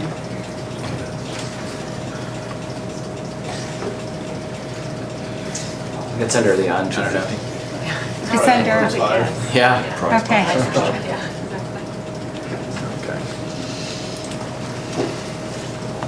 All right, other questions or discussion on it? The 2 proposals, one is the à la carte, which you're looking at, we're looking at, and the first one is the May version of the lunch, itemized fee schedule proposed. All right, so should I pull these up separately? You can, yeah, sure. And then we can decide if we want to. Because you might want to see if you can get more feedback from students or parents about the à la carte menus. Because we've talked about this one, several board meetings in a row. So I would imagine we've gotten feedback if anyone is going to provide it, but. I think We it can might just be vote on prudent this. to wait and Okay. just get some, I'd like to On know which how one? much on the à la carte. I'd like À to la know how carte. much a piece of pizza costs. Yeah, We don't have more that on. information. Well, it's not to say it's not there, it's to say that this was the majority of the ones that Correct. came up on the report. There were some obviously I didn't include because they were It'll be smaller 50 numbers. It'll be 50 cents more expensive than it was this year, right? There you go. Well, they see at the high school, they also do that Little Italy's. Yeah, they do. Oh, okay. They buy it yeah. from Little Italy's a lot of time when they get pizza, they often do that. Okay. Wouldn't that be an So- entree? I But mean, that, yeah, and it could be the entree for that People day. get it à la carte. You know, that's their main, but yeah. But do we need to approve the registration, We do. that information to them? The sooner you do it, the better we can get it loaded into the Load it into the registration system, stuff, and so. then parents have um, an idea of what it's going to be. You do have another board meeting that still allows us some time, but it'd be nice if we could get some closure on this one tonight, Oh, just so we can easier. start getting that loaded and getting information out there, especially before families start to leave for the year. But, All right, so let's pull these up separately. So the first is it's the recommendation of the administration to approve the fee schedule as presented for the fiscal year 15 school year for the non-à la carte or lunch fee proposal as presented. I need a motion to that effect. Thank you, Jim. Second? Second. Thank you, Brendan. Betsy, would you call the roll? Worley. Yes. Carter. Cuff. Yes. Maddox. Yes. Nucis. Yes. Weitzel. Yes. Petermeyer. Yes. We'll just table it. Bring that back next time. All right. Is that okay? any other, what do you want to come back with?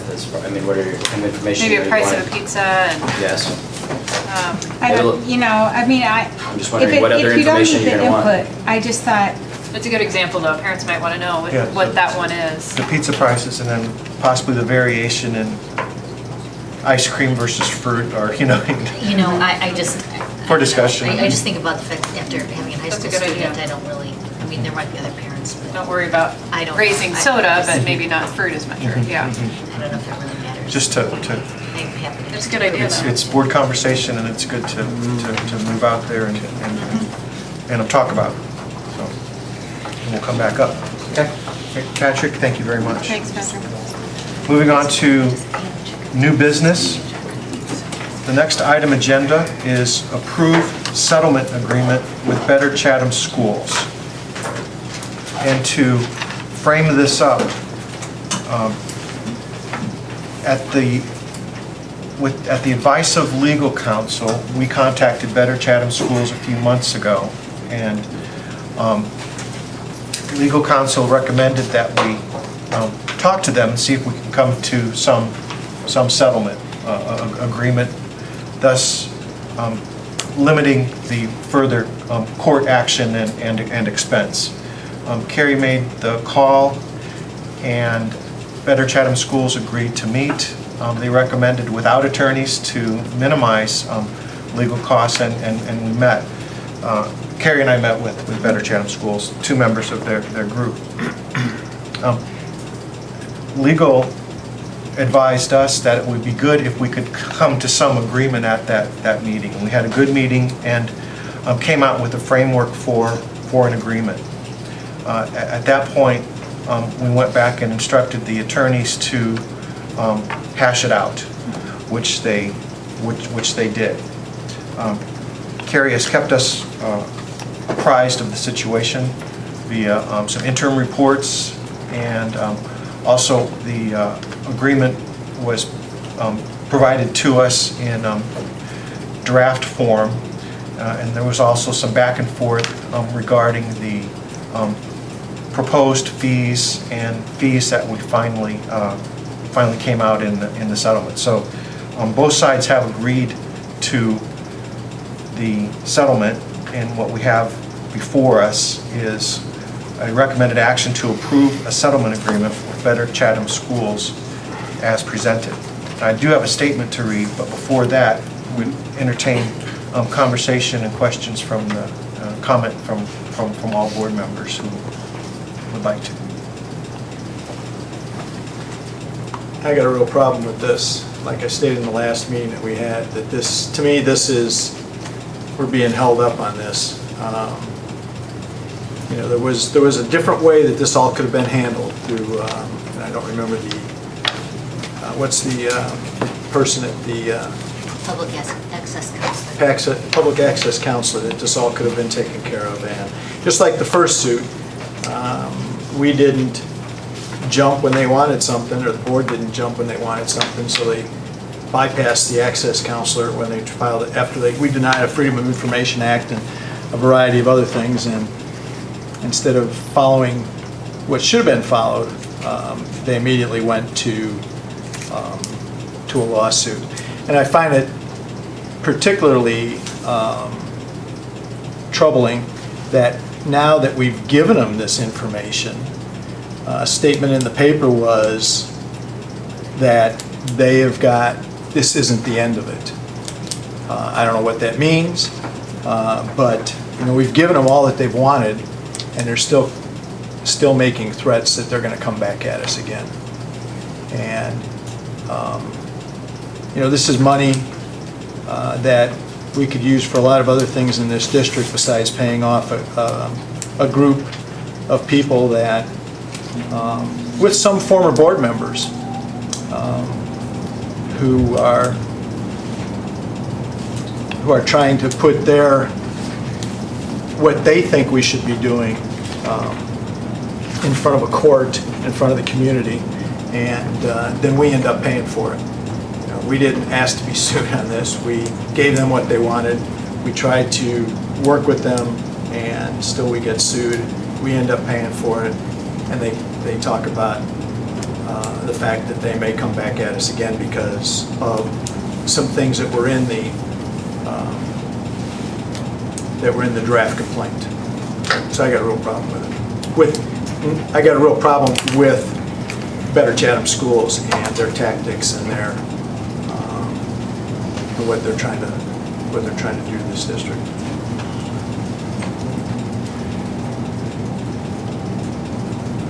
Other questions, comments? I guess to clarify what Jim was saying is there's a non-legal, I mean, there's a legal way to pursue what their end through the Public Access Council or the Attorney General's office that doesn't involve paying their lawyers thousands and thousands and thousands and thousands of dollars. And I was as surprised as Jim was to see in the paper that it sounds like they're going to sue us again for some unknown reason. And it's kind of discouraging. What's the point?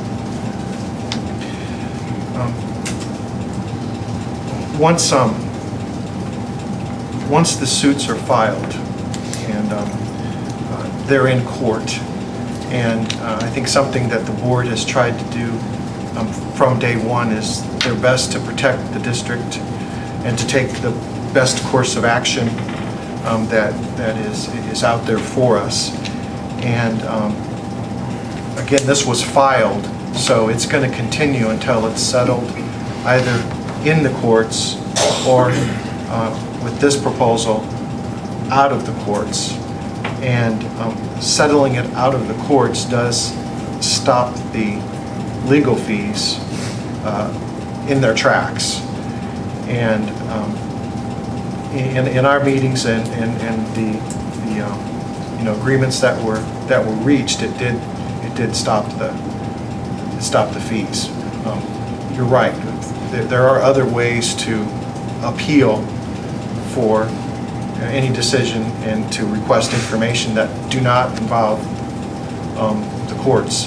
But that wasn't the course of action that was taken, so we had to deal with the situation at hand the best way possible, and quickly reaching settlement based on really precedent that we saw in an earlier action. This was the really best way to protect the district given the cards that we were dealt. And the comment I would like to make is that the reason we withheld the information was to protect the district from other lawsuits.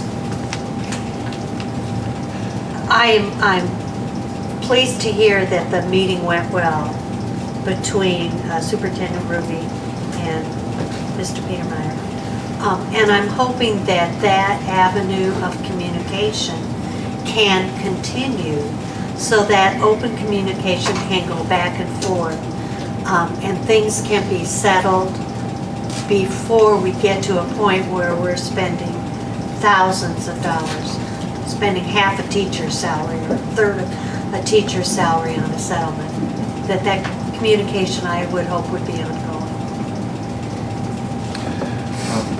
I can't agree with both of you more, and we want to focus our attention on the scholastic achievers who were up here earlier today, and this money can be spent much better in that way, and that's what we want to do is let's settle these and let's move forward so we can focus on the task at hand, which is helping educate these kids to be our future.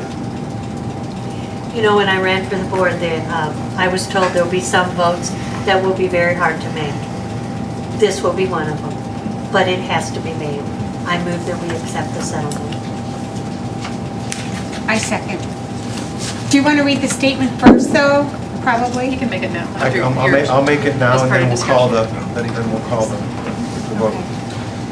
So this settlement agreement was reviewed by board members as it was being drafted, and the board has reached consensus to settle with Better Chatham Schools upon the terms outlined. This action settles the case brought against the district by Better Chatham Schools. Specifically, the board agrees to the disclosure of documents including the draft complaint against former Superintendent Robert E. Gillum and any correspondence relating to such draft complaint between the board, including its attorneys, and Gillum, including his attorney.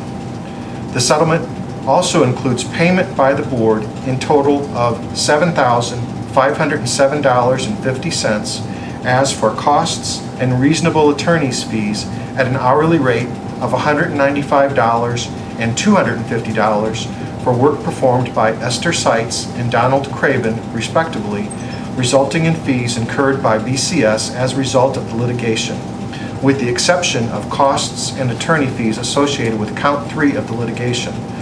All attorney's fees have been itemized and detailed, showing the work performed, the time expended, the attorney completing the work, and the dollar amount charged. Would you explain what you mean by the exception of count 3? Where was that, Lisa? I'm sorry. I asked for clarification on what the president said about exception on count 3. Does that mean there's more cases coming? No, there was a count that was not related to the actual request for the documents. And what will be the resolution of that count? That's dropped. This is settled, and it's completely settled, completely dropped. And they have provided that in writing?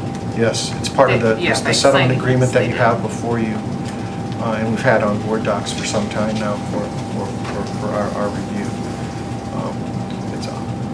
It's been agreed to by both our attorneys and also their attorneys as resolution and closing the matter. I would encourage anybody on this board who has a relationship or can have a conversation with Better Chatham Schools that, you know, it's pretty disheartening when we try and settle these things the way they should be settled, and we try and keep the items that should be kept confidential in that manner, and we continue to get sued. And I can't support this tonight at all.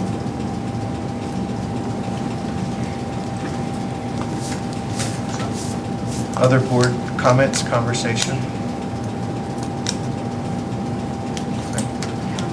So we have a motion and a second to approve the settlement agreement with Better Chatham Schools as presented in board docs. I made I think Linda made the motion. Oh, and Linda, seconded you it. made, okay. Linda made the motion. Mrs. Carter made the motion, And Mrs. I Worley seconded. seconded the motion. Betsy, would you call the roll, please? Yes, Carter, Yes. Kopp, Yes. Maddox, Yes. Nucis, No. Weitzel, No. Worley, Yes. Petermeyer. Yes.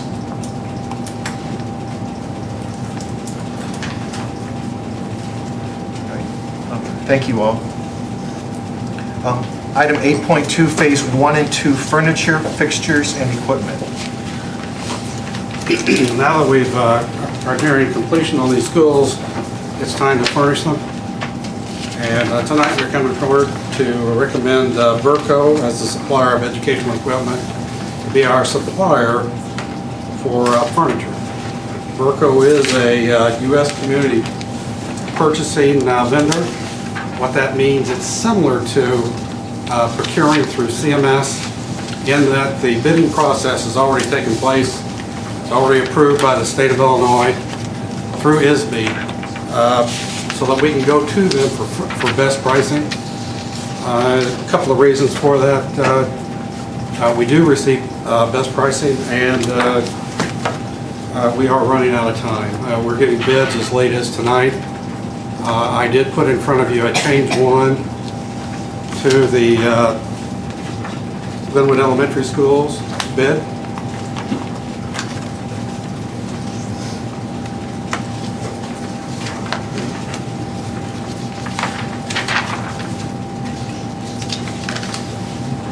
These things are fairly lengthy. It takes a little while for them to load out.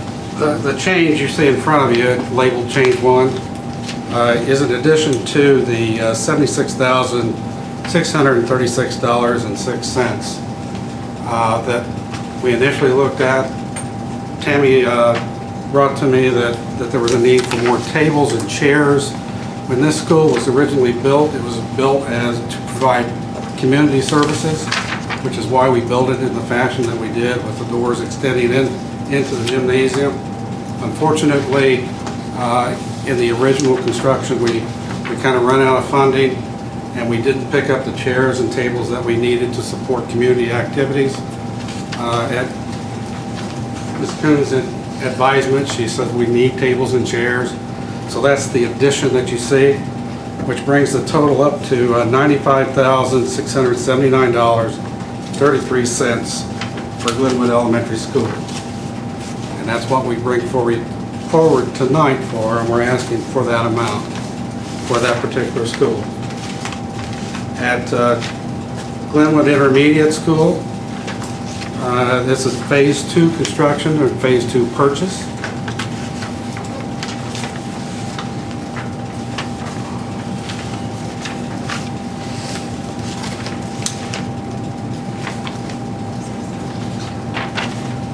The total amount there is $37,603.36. Yeah, scroll, keep going.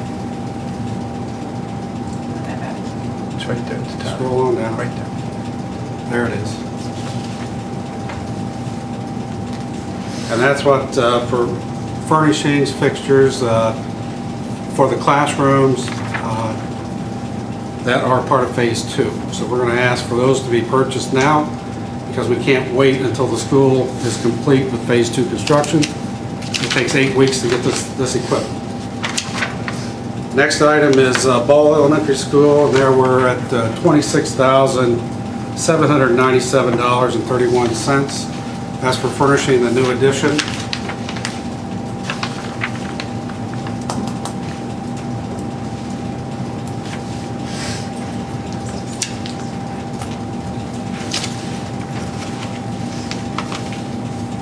What's up, Chad?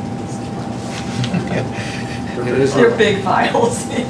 Dave, it says tailgate deliver, but then it has a ship or an installation, so will they put the equipment or the furniture together, or does our staff? It's not Our as much staff as- will take care of the installation at GES and at Ball Elementary Schools. Unfortunately, the time crunch at GIS, because of all the construction activity, I talked to my custodial staff, and they don't feel like they've got enough time to put the furniture and fixtures together. So that's why theirs has, okay. Yeah. Thank you.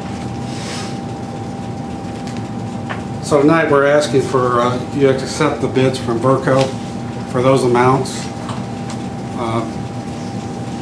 Subject to your questions. Well, I don't want to disappoint you, Dave, so I have a couple questions about the Sure. numbers. Okay, so I'm trying to figure out these numbers relative to what our FF&E is for each phase, and I want to just double check my math with Mike's and yours, okay? So, looking at phase 1, the 100,000 for Wiley Furniture, that's okay, it's about 17,000, just approved that. Okay. Correct. So now we're at. Which school are you talking about? GIS. GIS. Phase 1. Was Wiley Furniture, wasn't that in the bid? GIS Phase 1. Correct. I want to make sure you understand the difference between Phase 1 and Phase 2. Everybody I understand it. Okay, so now we're at 87,000 left, correct? Correct. Now, what comes out of that 87,000, and have you spent more than 87,000? Does 76,000 from Glenwood Elementary School come out of the 100,000 or the 87,000? Correct. Okay, and the 20, it's about, let's just say it's 20 for the old, let's just say it's 19 for the Glenwood Elementary School furniture that's like a carryover, correct?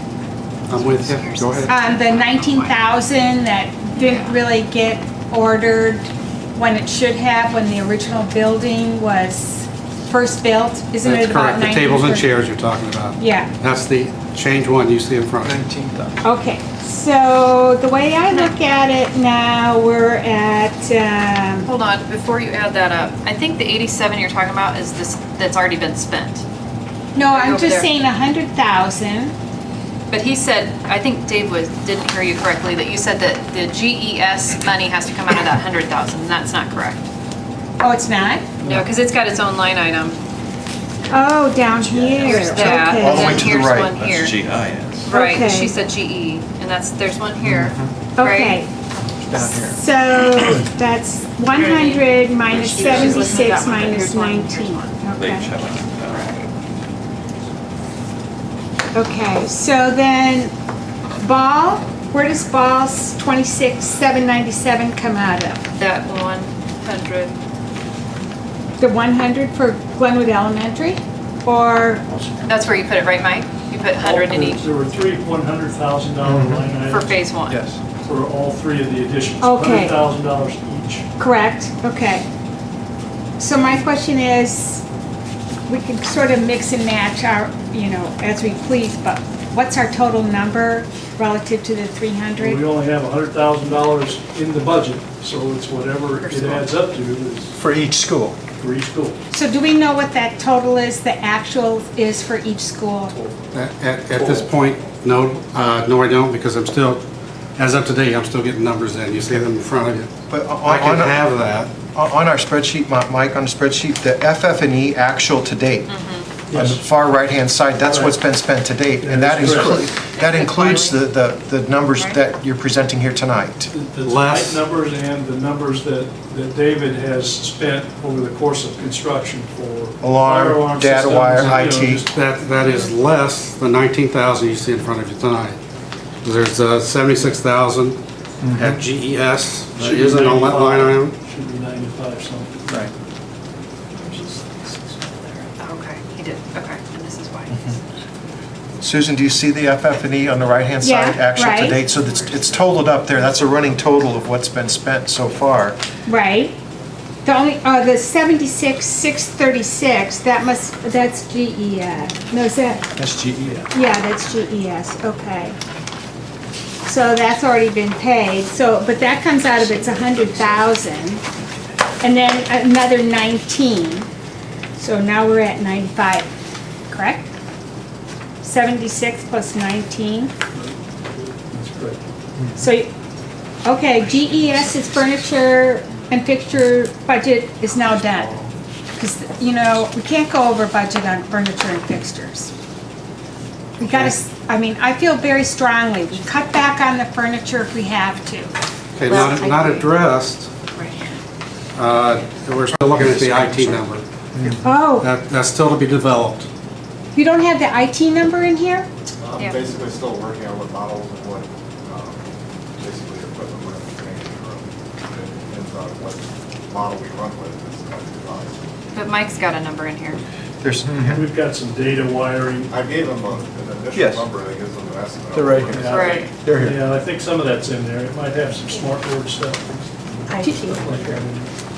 May not be complete, but. do- But again, it's based off of what our final, I don't pick what equipment is. No. Laptop and things, so. Well, do we have enough money in the budget? Because I'm gonna just say, I want to make sure Chad Well, I've has not it. seen what the new numbers are on that until tonight, so. Well, Again. that's something that's going to be worked out amongst administration. We can't work it out here Correct, tonight. but let me just say, I'm not approving budget, furniture, yeah. fixtures, and equipment for a single school unless Chad has enough money and enough equipment. It's as simple as that. We can borrow the plastic chairs. I'm not doing it. We're getting our priorities mixed up. estimates in there. Yes. They're in there, 23,000 Because for you've given ball, your information. 30,000 for The kids GIS, don't have any place to sit. and That's 60,000. the purpose of IT. Like I said, and I'll keep mine in that, but Yeah. This It's is in- as long as enough, the estimates though. are in there, then we're fine. It's his budget. Can I talk about this just a little ahead. bit more in depth? So that you Okay. understand some of these things?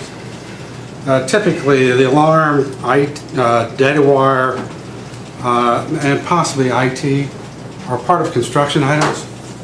But Correct. because of the approach of Ball Chatham Schools and the people you have working for you, we've rolled them into FF&E, and there's a reason for that. Usually these people are a sub of a sub. Correct. Okay, so that means you're seeing markup on top of markup. Then you got architectural fees. Okay, by bringing those over in FF&E, we're saving quite a bit of money. Now, did Mike account for that? No, he didn't.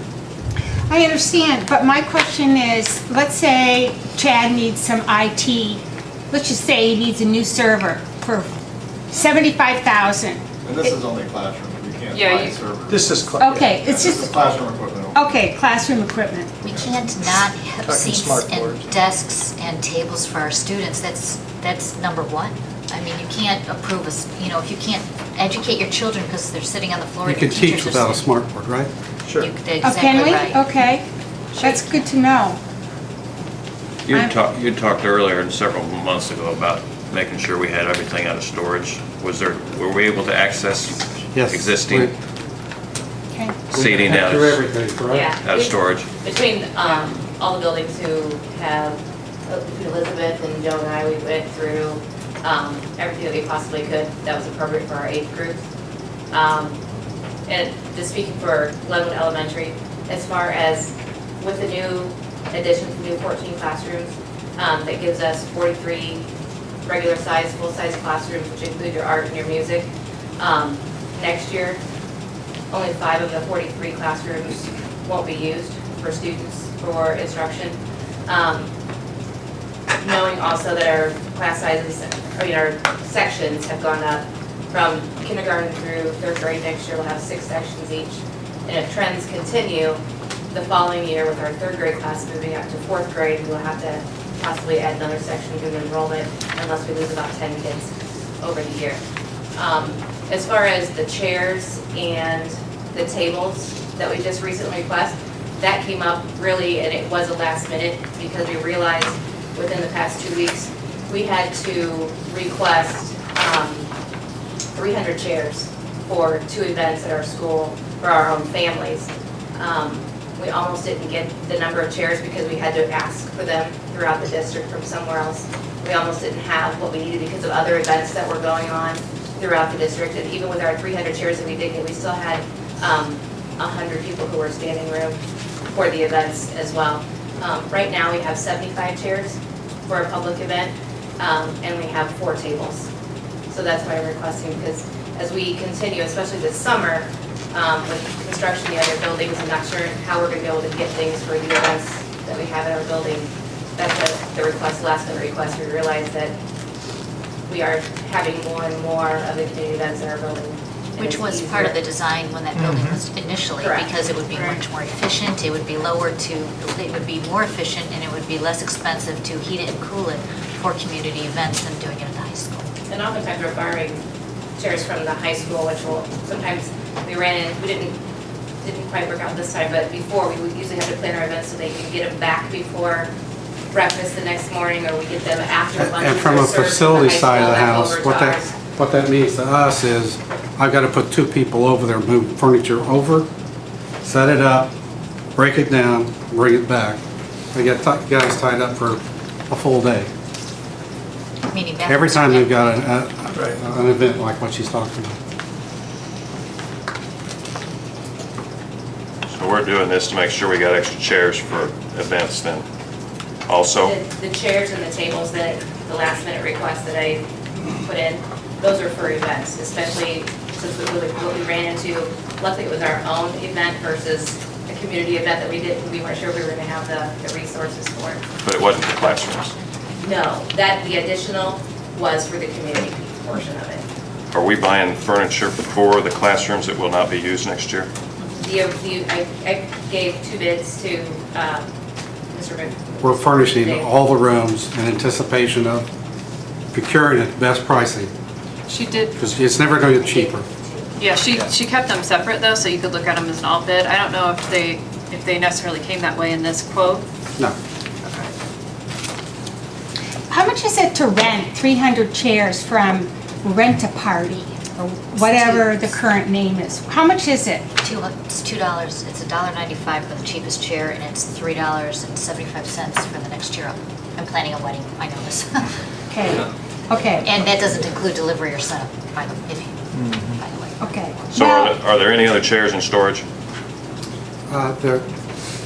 They're chairs for student desks, that kind of thing. For events or for? Either. I mean, will they ever be used, the chairs that are in storage? Can we do something with them if we're never going to use them again? There are some things, I don't know about chairs, but there are some things that you said you were looking to then sell, because he was taking around the building principals to say, In the coming what months, can we'll you? be bringing forward to you all the items that we've found that have no longer any use to the district. There are rolling carts, there are pre-K furniture that's no longer usable for our kids because of the way they're made. There's a lot of things out there that just are no longer applicable to the way we teach nowadays.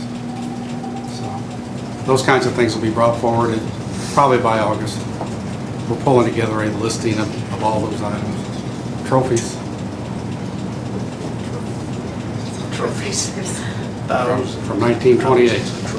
So how many events would you guess where you need more than 75 chairs? Okay, we understand that one of the marketing points was to have a physical setting, to have community forums, etc. How many, besides excluding just community purpose use, how many school events are there? Obviously 2, where you need more than 75 chairs. This year, we had between 6 and 8 that were either our own events or elementary related, where we hosted from the 3 elementary schools with PTO. And that doesn't include outside community. So what'd you do in the other 4?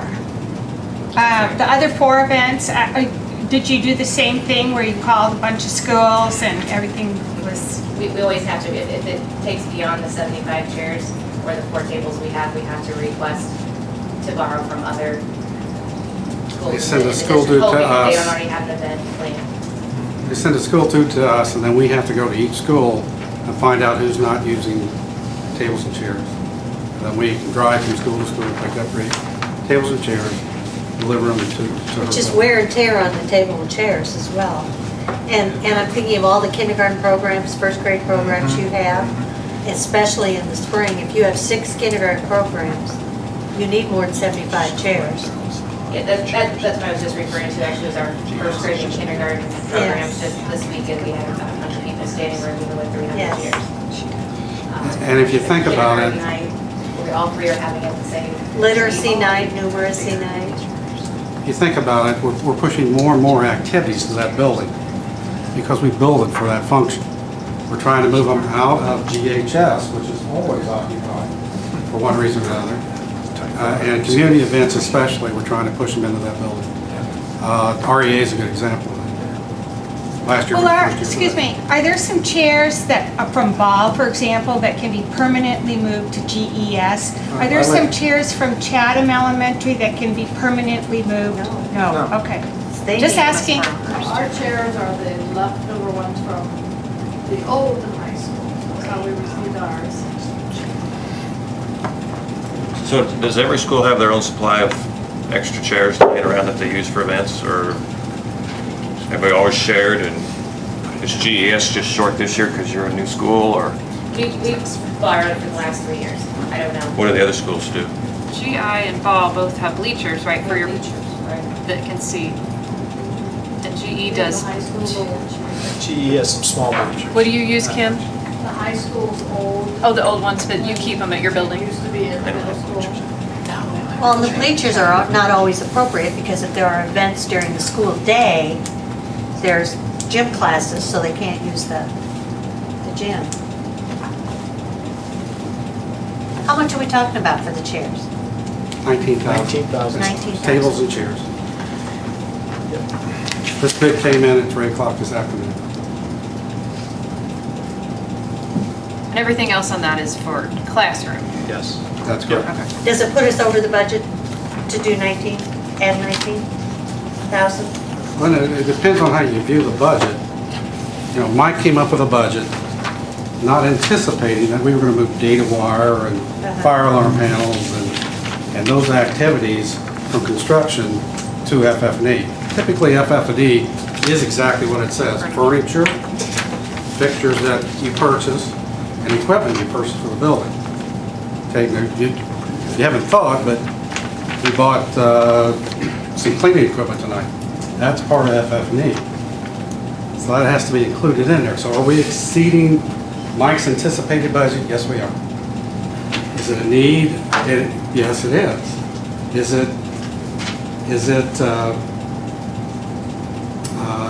Are we exceeding it for a reason? The reason is that we've added in some items that normally fall under construction. Okay, and possibly we didn't anticipate purchasing the tables and chairs for the community activities and the other activities going on.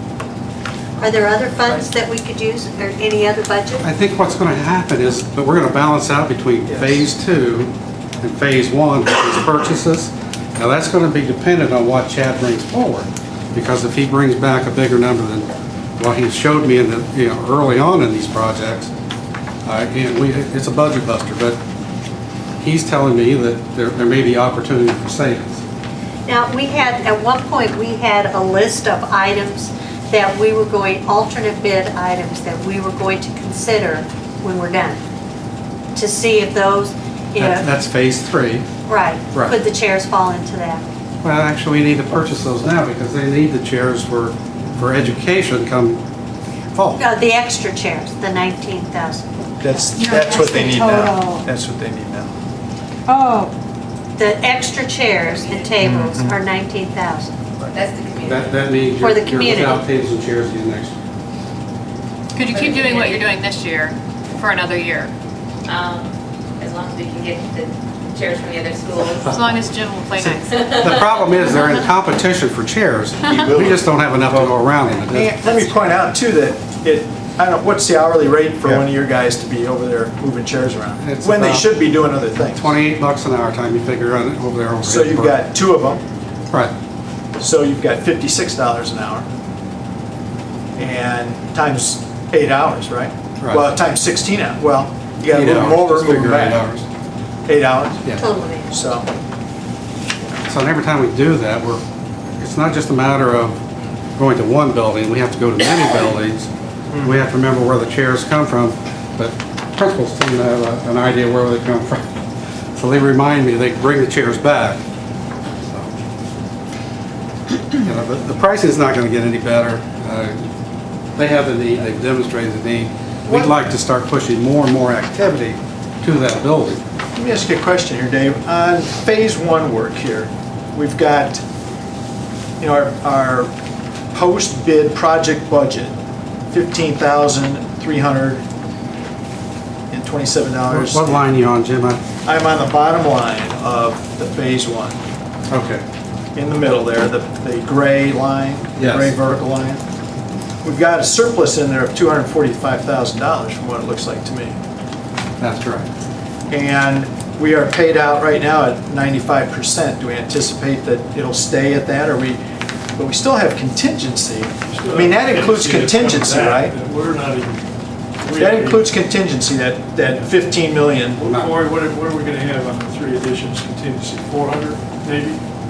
Oh, we're at Probably 500,000? available.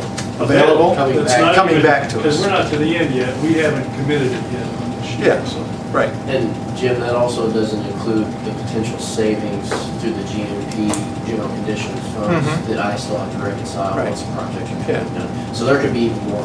Sure, but we've got $500,000 potentially coming back. And if you look at this, this is about $137,000 I'm sorry, put another 19,000 in there. So you've got $156,000, basically is what you're asking for tonight, is that right? So, I don't know what we're talking about here. I mean, it's there. We're trying to determine. Oh, I understand what we're talking about. I don't understand why we're dragging the discussion out on it, because the money's there. It's just like we talked about in the contingency, or in our revised budget for this year. We move things around because we end up at the end of the project, we know where they're gonna go, as opposed to where we put them at the beginning of the project. And we save contingency. Everybody's done a great job at that. Right now, we're at 1.35% of change orders, which, I think I died and went to heaven with that kind of a change order total for this kind of these projects that we've done. 1% change orders. Usually looking at 15 to maybe 20% change orders normally in these kinds of projects.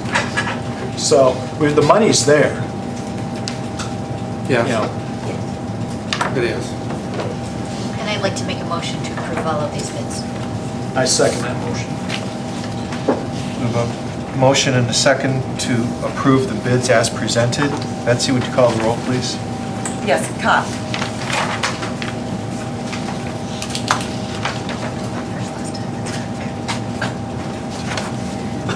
Skip Cott.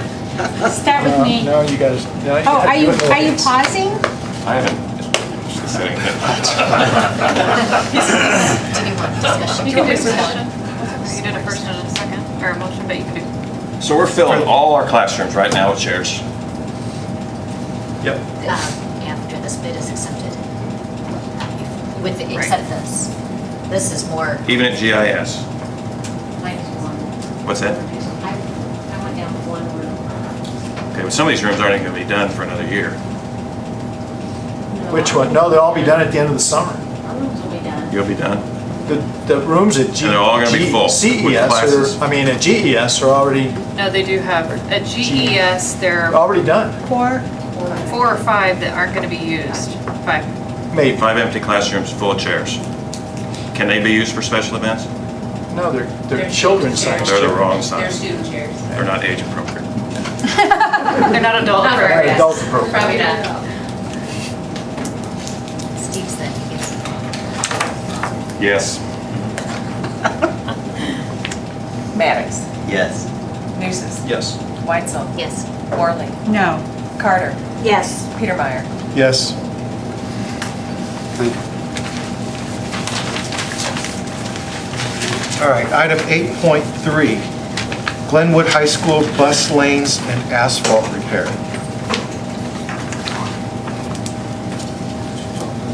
Yeah. Thank you all. You should have a bid tabulation sheet hand up. Yeah. Betsy's got it. We opened the bids on the high school repaving bus lanes on both the east and the west sides of the high school, as well as restriping, seal coating, fixing cracks in both parking lots, as well as the drive that goes around the north side of the high school. We opened those bids on May the 9th. We had 7 bidders on that project. The low bidder, and I think you might have some documentation in your packet, was from Hard Surfacing. They're a Decatur contractor. After the bid, after they had time to let the dust settle a little bit, they figured that they left something out. And they sent us an email. I requested that they send us a note telling us that they had done so and they would like to not be awarded the project because they left something out. Didn't want to start a project behind in money.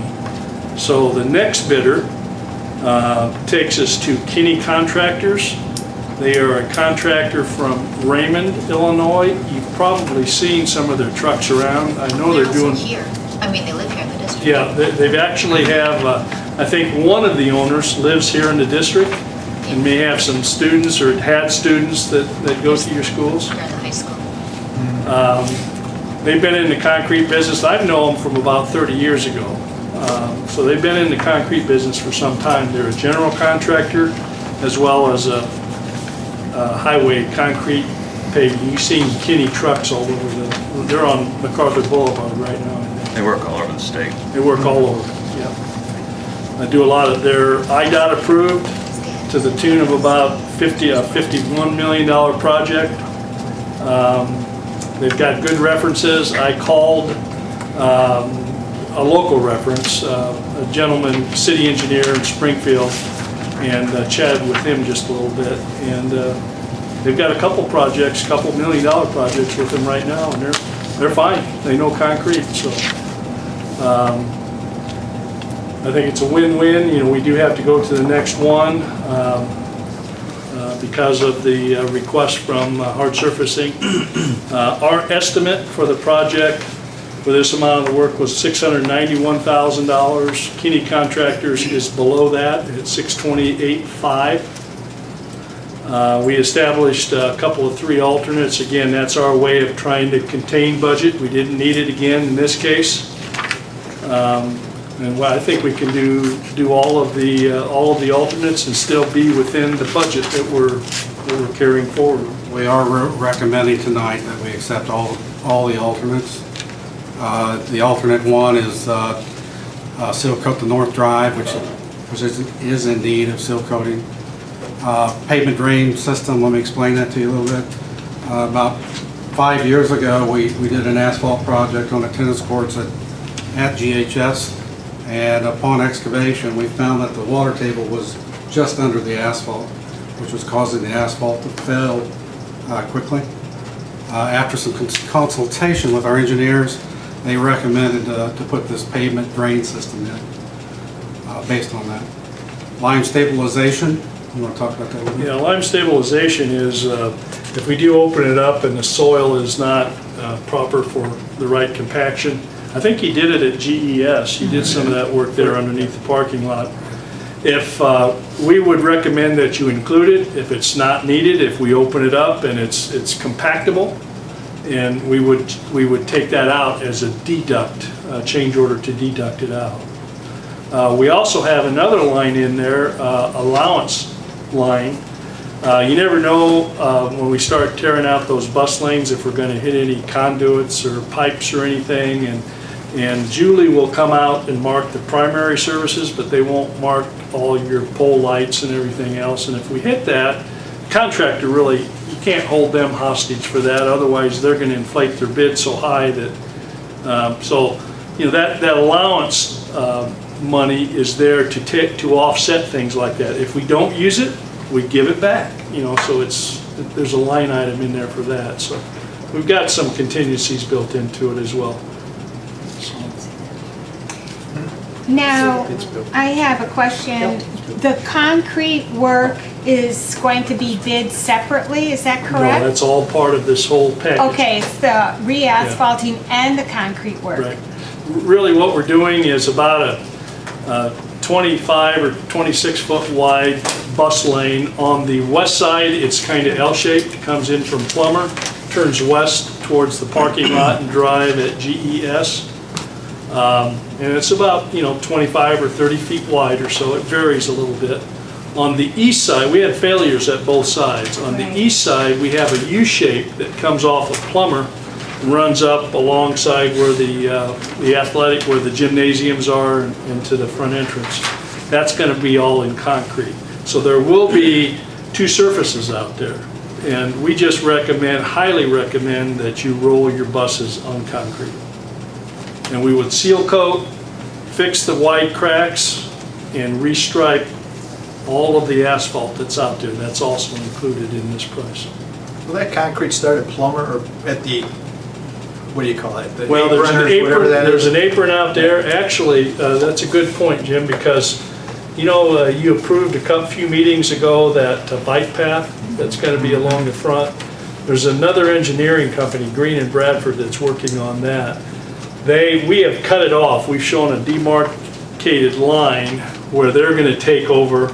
And so we're not, you're going to drive your buses the start of next school year, because their work's not going to be completed this summer. You're going to drive your buses on existing asphalt. They're going to come along and they're going to take that out and they're going to make it concrete as part of their project. So at both entrances. So, The entire apron? yes. Real, and Out their to the cost? road. Out to the road, actually 3 locations. That's great. 2 on the east side and 1 on the west side. Wow. And it may be, what, 25 feet, you know, length or something like that. But there's some savings there for us because they're having to do this. That's a discussion that'll happen probably along about August, once they get all their plans put together. We've been in discussion about that now for about 3 months. So am I reading this right? That 502 is for the concrete, 11.5 is for the sealer. Well, actually, the base bid includes other work beyond, it's going to include some seal coating. This, the seal coat is the north drive, the part that goes around the north side of the building. We separated that just only because we could easily and just took a price for it.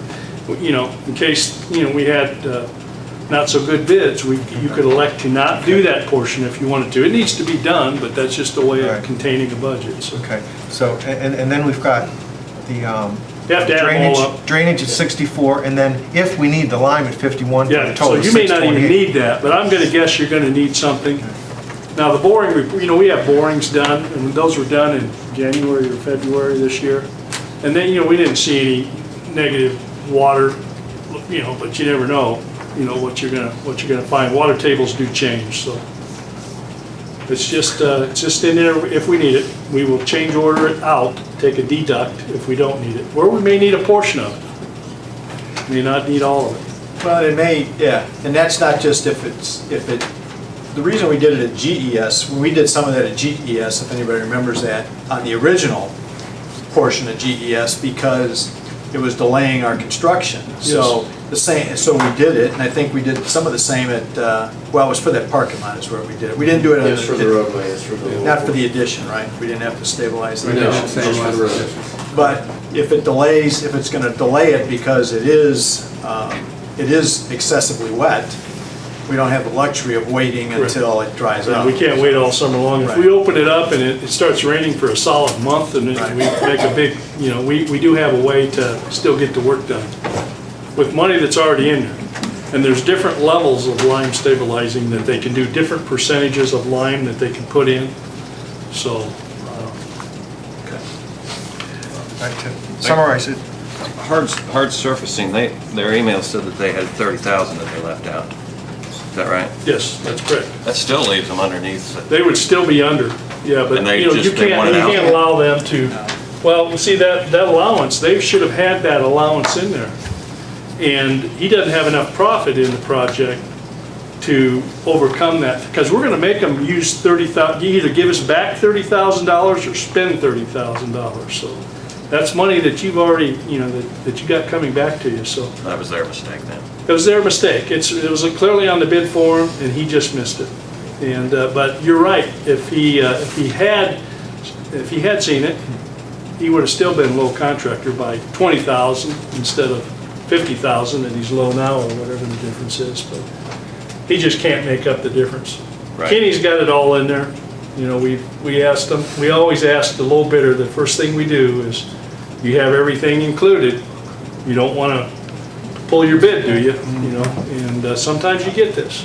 Could you take a minute and explain the pavement drain system that's going to be put in? That's going to be just under the concrete? Yeah, there's some black Tile. corrugated tile that'll have a filter cloth on the outside of it, and it gets all connected. I think I don't know how many Tom did the design on that. There's a couple of lines underneath the Runs pavement. parallel with the concrete. With the concrete, and they're tiled together and they dump into the storm sewer network that's already in place.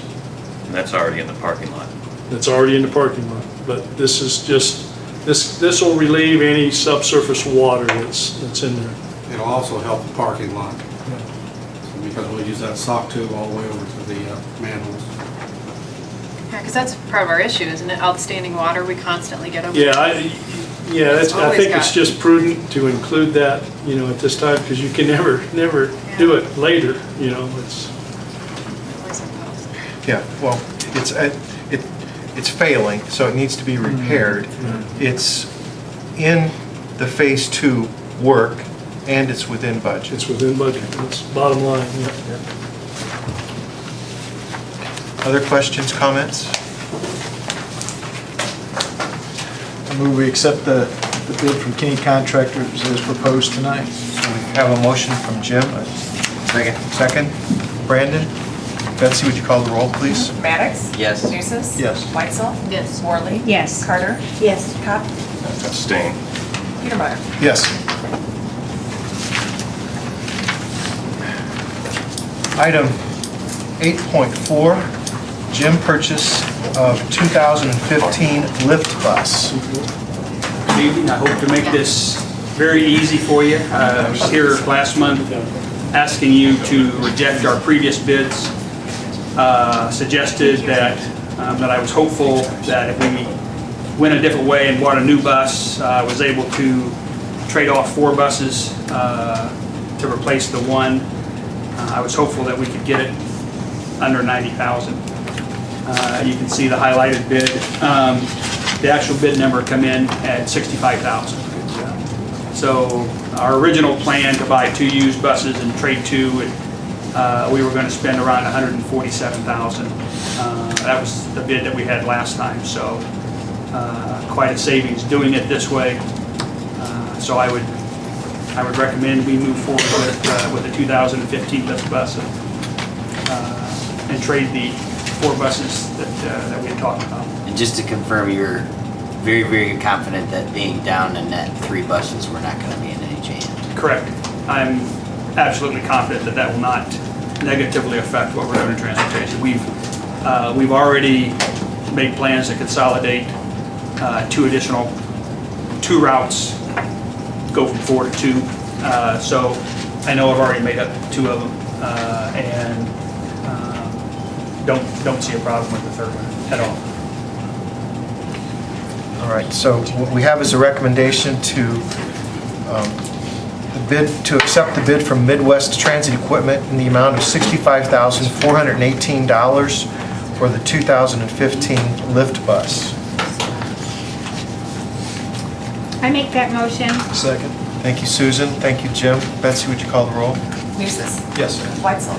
Yes. Worley. Yes. Carter. Yes. Cott. Yes. Maddox. Yes. Petermeyer. Yes. Item 8.5, adopt the IASB local funding resolution. Lisa, would you like to talk about this? This came up at our, the IASB Board of Directors meeting last month, and it was a resolution that they are sending to all the local school districts and have asked for local school districts to vote at their board meeting, and then we'll send it back to IASB. We don't need to send it to our legislators, and they'll compile a document and they'll forward it on to the legislature. One of the biggest issues, as Patrick has pointed out, is that over the last few years, well, it used to be that they just would not pay us our 23rd, 24th payment, and then they would make it up the next year and not do it again. And then they decided in their wisdom to just prorate us at whatever percentage they wanted to. Yet, year in and year out, they continue to mandate, pass legislation asking school districts to do more things but not provide any of the funding with which to accomplish those tasks. So this is a resolution, and it's that the 834 school districts in the state of Illinois, the boards approve them, send them back to the IASB, and the IASB actually gives them to the legislators and say, you know, we understand you're in a tough position, but please stop making us do more with less. And so it's just up for our approval, and we can't obviously make the legislature do anything, but we can certainly share our opinions. Recommend strongly. Yeah. So. Thank you for bringing that back to us. Thank you, Lisa. So, Make a motion that we approve this resolution as presented this thank evening. you, Jim. Thank you, Brendan. Are there any questions? Any questions? Any discussion on it? Good luck. Right, well, it's just asking the state to fund at the Well, two appropriate things, levels. yeah, fund it 100% and stop giving us unfunded mandates.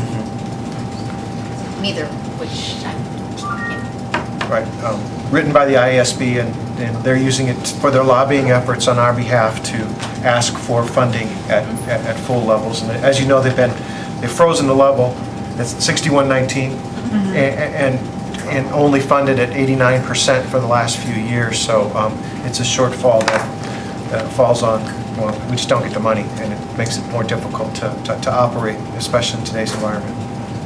So we've got a motion and a second. Betsy, would you call the roll?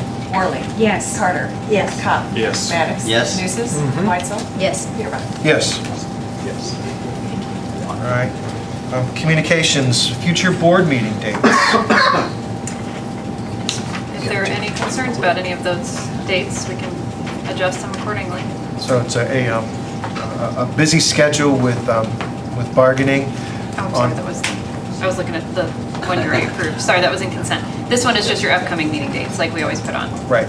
May 20th, May 22nd, May 28th, and May 29th for bargaining. May 30th is a staff breakfast, and June 3rd is another bargaining session. So just mark your calendars. And I would like to thank everyone for their efforts to make the meetings. We've been able to hold every meeting given the busy schedules at year end and family activities. So thank you for your diligence on that. And that's just information, so no action. 9.2, opportunity for visitors to address the school board concerning any topic. So would anyone care to address the board tonight? Okay, with no one, we'll move to roundtable 9.3. Issues, questions, topics for roundtable. Mr. Lee. Yeah, we have Mr. Lee on here if you'd like to address you regarding I've got graduation. Oh, okay. This is my opportunity to personally invite you to participate in graduation. Will be June 7th at 8 o'clock in the evening again, downtown, the Prairie Capital Center. If you could let me know by the middle of next week, that would be great. We send a representative down there, and along with the other schools, they have a meeting. We tell them how we want the stage set up, so kind of get an idea who's going to be on stage with and so on, but we would like to have you all there. I'll be there. I'll be there. Hope and have all. Once again, you'll have the opportunity, I know a couple of you have some family members, but if you want to personally hand a diploma to a family member, you are more than welcome to do that. I would again ask that you try to limit it, if you would. You get a lot of questions sometimes about, why did that person get a board member to hand them theirs and my child did, and that kind of thing. But for your own family members and such, I'm okay with that. So, but if you would let me know, so we kind of get an idea how we want to set it up. I generally just have you walk up behind me and tap me on the shoulder, and I move out of the way and you step in. So that's it. Hope you can join us. And what time would you like them to be there? You have a couple. 7:45. I'm sorry. Yeah, Okay. should be there by 7:45. 6:45? 7:45. Oh, right, yeah. Yeah. 8 o'clock. You go 6:45, you're gonna walk in the middle of Springfield graduation. Yeah. You're welcome to do that. Because they won't. Thank you. Thanks. Thank you. And typically, Jim, do you still want them to kind of meet behind the stage a little bit so that? Yeah, just gather behind the main stage, and there's some steps back there where you can come up. Okay. Thank you. Thank you, Mr. Lee. I have one question, and I've talked with Dave Murphy about this, and we talked in the construction committee, I think once or twice. If you remember, we put a fence, we had a fence all the way, we're talking about Ball, had a fence all the way up around the north driveway there, and then it came down along Old Route 66. It's all been taken out, and now there's just a fence just past the playground area, so we don't have kids trying to make an escape across the big open area there. But we've got, how many acres in? Between 10 and 11 acres. Between 10 and 11 acres there. The only thing it's good for right now is cutting grass, and I don't think you're going to do that this year, right, Dave? We're out of grass. But, if we can, I'd like to see what the board thinks about throwing it out there and getting, either trying to sell it or trying to get somebody to farm it right on that corner. Now, it wouldn't be the whole 10 or 11 acres, because there's some there that's, the trees, and it's a right of way that somebody's got, where that, at the corner there, but, Another option could be, Gen H has a couple of acres in Springfield that they're gardening on, and maybe we could reach out to them if they'd have an interest. Gets a lot of sun, that's for sure. It's a lot of sun. I mean, it wouldn't bring in any income, but it might be an interesting. Yeah, well, it's just sitting there. I don't, an income, I don't know if income's important, but we don't want to have any expenses with it. Because if we make them cut grass out there, it's a couple of guys at least once a week, especially during the summer. 2 guys once a week trying to cut that grass. So just a thought that, if there's anybody who knows anybody, Steve, that may want to farm some 10 acres out there or whatever. I've already been approached. Somebody's interested in it. Oh, okay. Well, hey. Believe it or not, while I was at the county zoning commission, I was reporting, trying to find out what the exact acreage was. The guy next to me said, I'm interested. When you sell. And mostly the interest is in purchasing rather than renting? Well, that person, right? That person was interested in it. The guy standing next to me listening. I don't know if, we can take it one of 2 ways, and we could address it like we did with the other sale, which was we asked for bids, sealed bids, Right. and then we opened those, or. But I don't think our long-range plan has us using any more of that ground out there. What's that ground? Right? I mean, if we got to expand Ball anymore, we need another elementary school. We'd I have don't know first what we right call of it, but we refusal, got, which means as to what it's going to be used for. so. You could if you rented it, however, if you're gonna sell it, I don't know that we can really tell them how to, It's zoned, right, so. Yeah. it would be- Zone agriculture. it's zoned Is it agriculture, right? Yeah. You And did the check only, into that. the only sewers there, it'd have to go through us, right, to get to the sewers? or They run along Disney Road. Right, but I don't know how deep it is right there, because there was, it'd have to be, whoever would buy it, but just a thought that, I don't care whether we sell it or make some money off of it, but I don't want to spend any money on it. So that would be a agenda item for a future board meeting. Sure can. Maybe we can put it Yep. on next month and have some discussion on it, or maybe we already might have a renter by then, so. All right. For the person that spoke to you, Steve, was that about renting or buying? They were interested in purchasing it. Oh,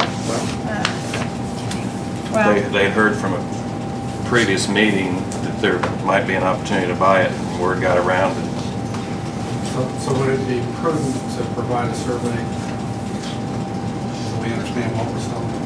if we're selling, Let's do that. yeah, I agree. You probably have to have a survey if you're renting it too, because of acreage and that sort of thing, so. But, Because you just put the fence in a random spot, it wasn't on any type of property line or anything, right? No. Okay, so it would have to Move the fence. be, It would have to be, and I forget the term for it, but they've got to go in and they've got to change. I explained to them what we were thinking about. They've got to change the way the property's laid out for purchase and rezone it. Redo the property title, retitle the property so that it's Would they two go- pieces, yeah. because that's not a separate parcel. Right. No, Yes, that's correct. Parcel. The description would have to be written. And then what would you do with the roadway? Would you then loop it back on the east edge of our property, or would you Leave it just there. run our road in between two Leave it there. people's? We just leave it there. Maintain our road, our path, of egress, and maybe 10 feet over. Okay. Just got a finger.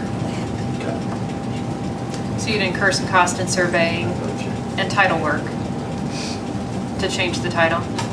We would incur that. We'd have to have a new description for that particular piece of property. well, don't we want to do the survey first, step one, and then before we do Step anything? one is survey. And let's just leave it at step one. We should Yep. know anyways. Then future agenda item. Yeah. When you're ready, then we'll bring it forward, Dave. All right. Thank you, Jim. That's all I got. Anyone else have anything for roundtable? All right. With that, I need a motion to go into closed session for the purposes of contract negotiations, appointment, employment, compensation, discipline, performance, or dismissal of specific employees, imminent litigation, review of closed session minutes. So we've got a motion from Jim, and I need a second. Can I make one comment? What do we anticipate coming out of closed session? Is it just the closed session minute information? Okay. Yep. Okay. Yep. So we've got a motion from Jim, and we need a second.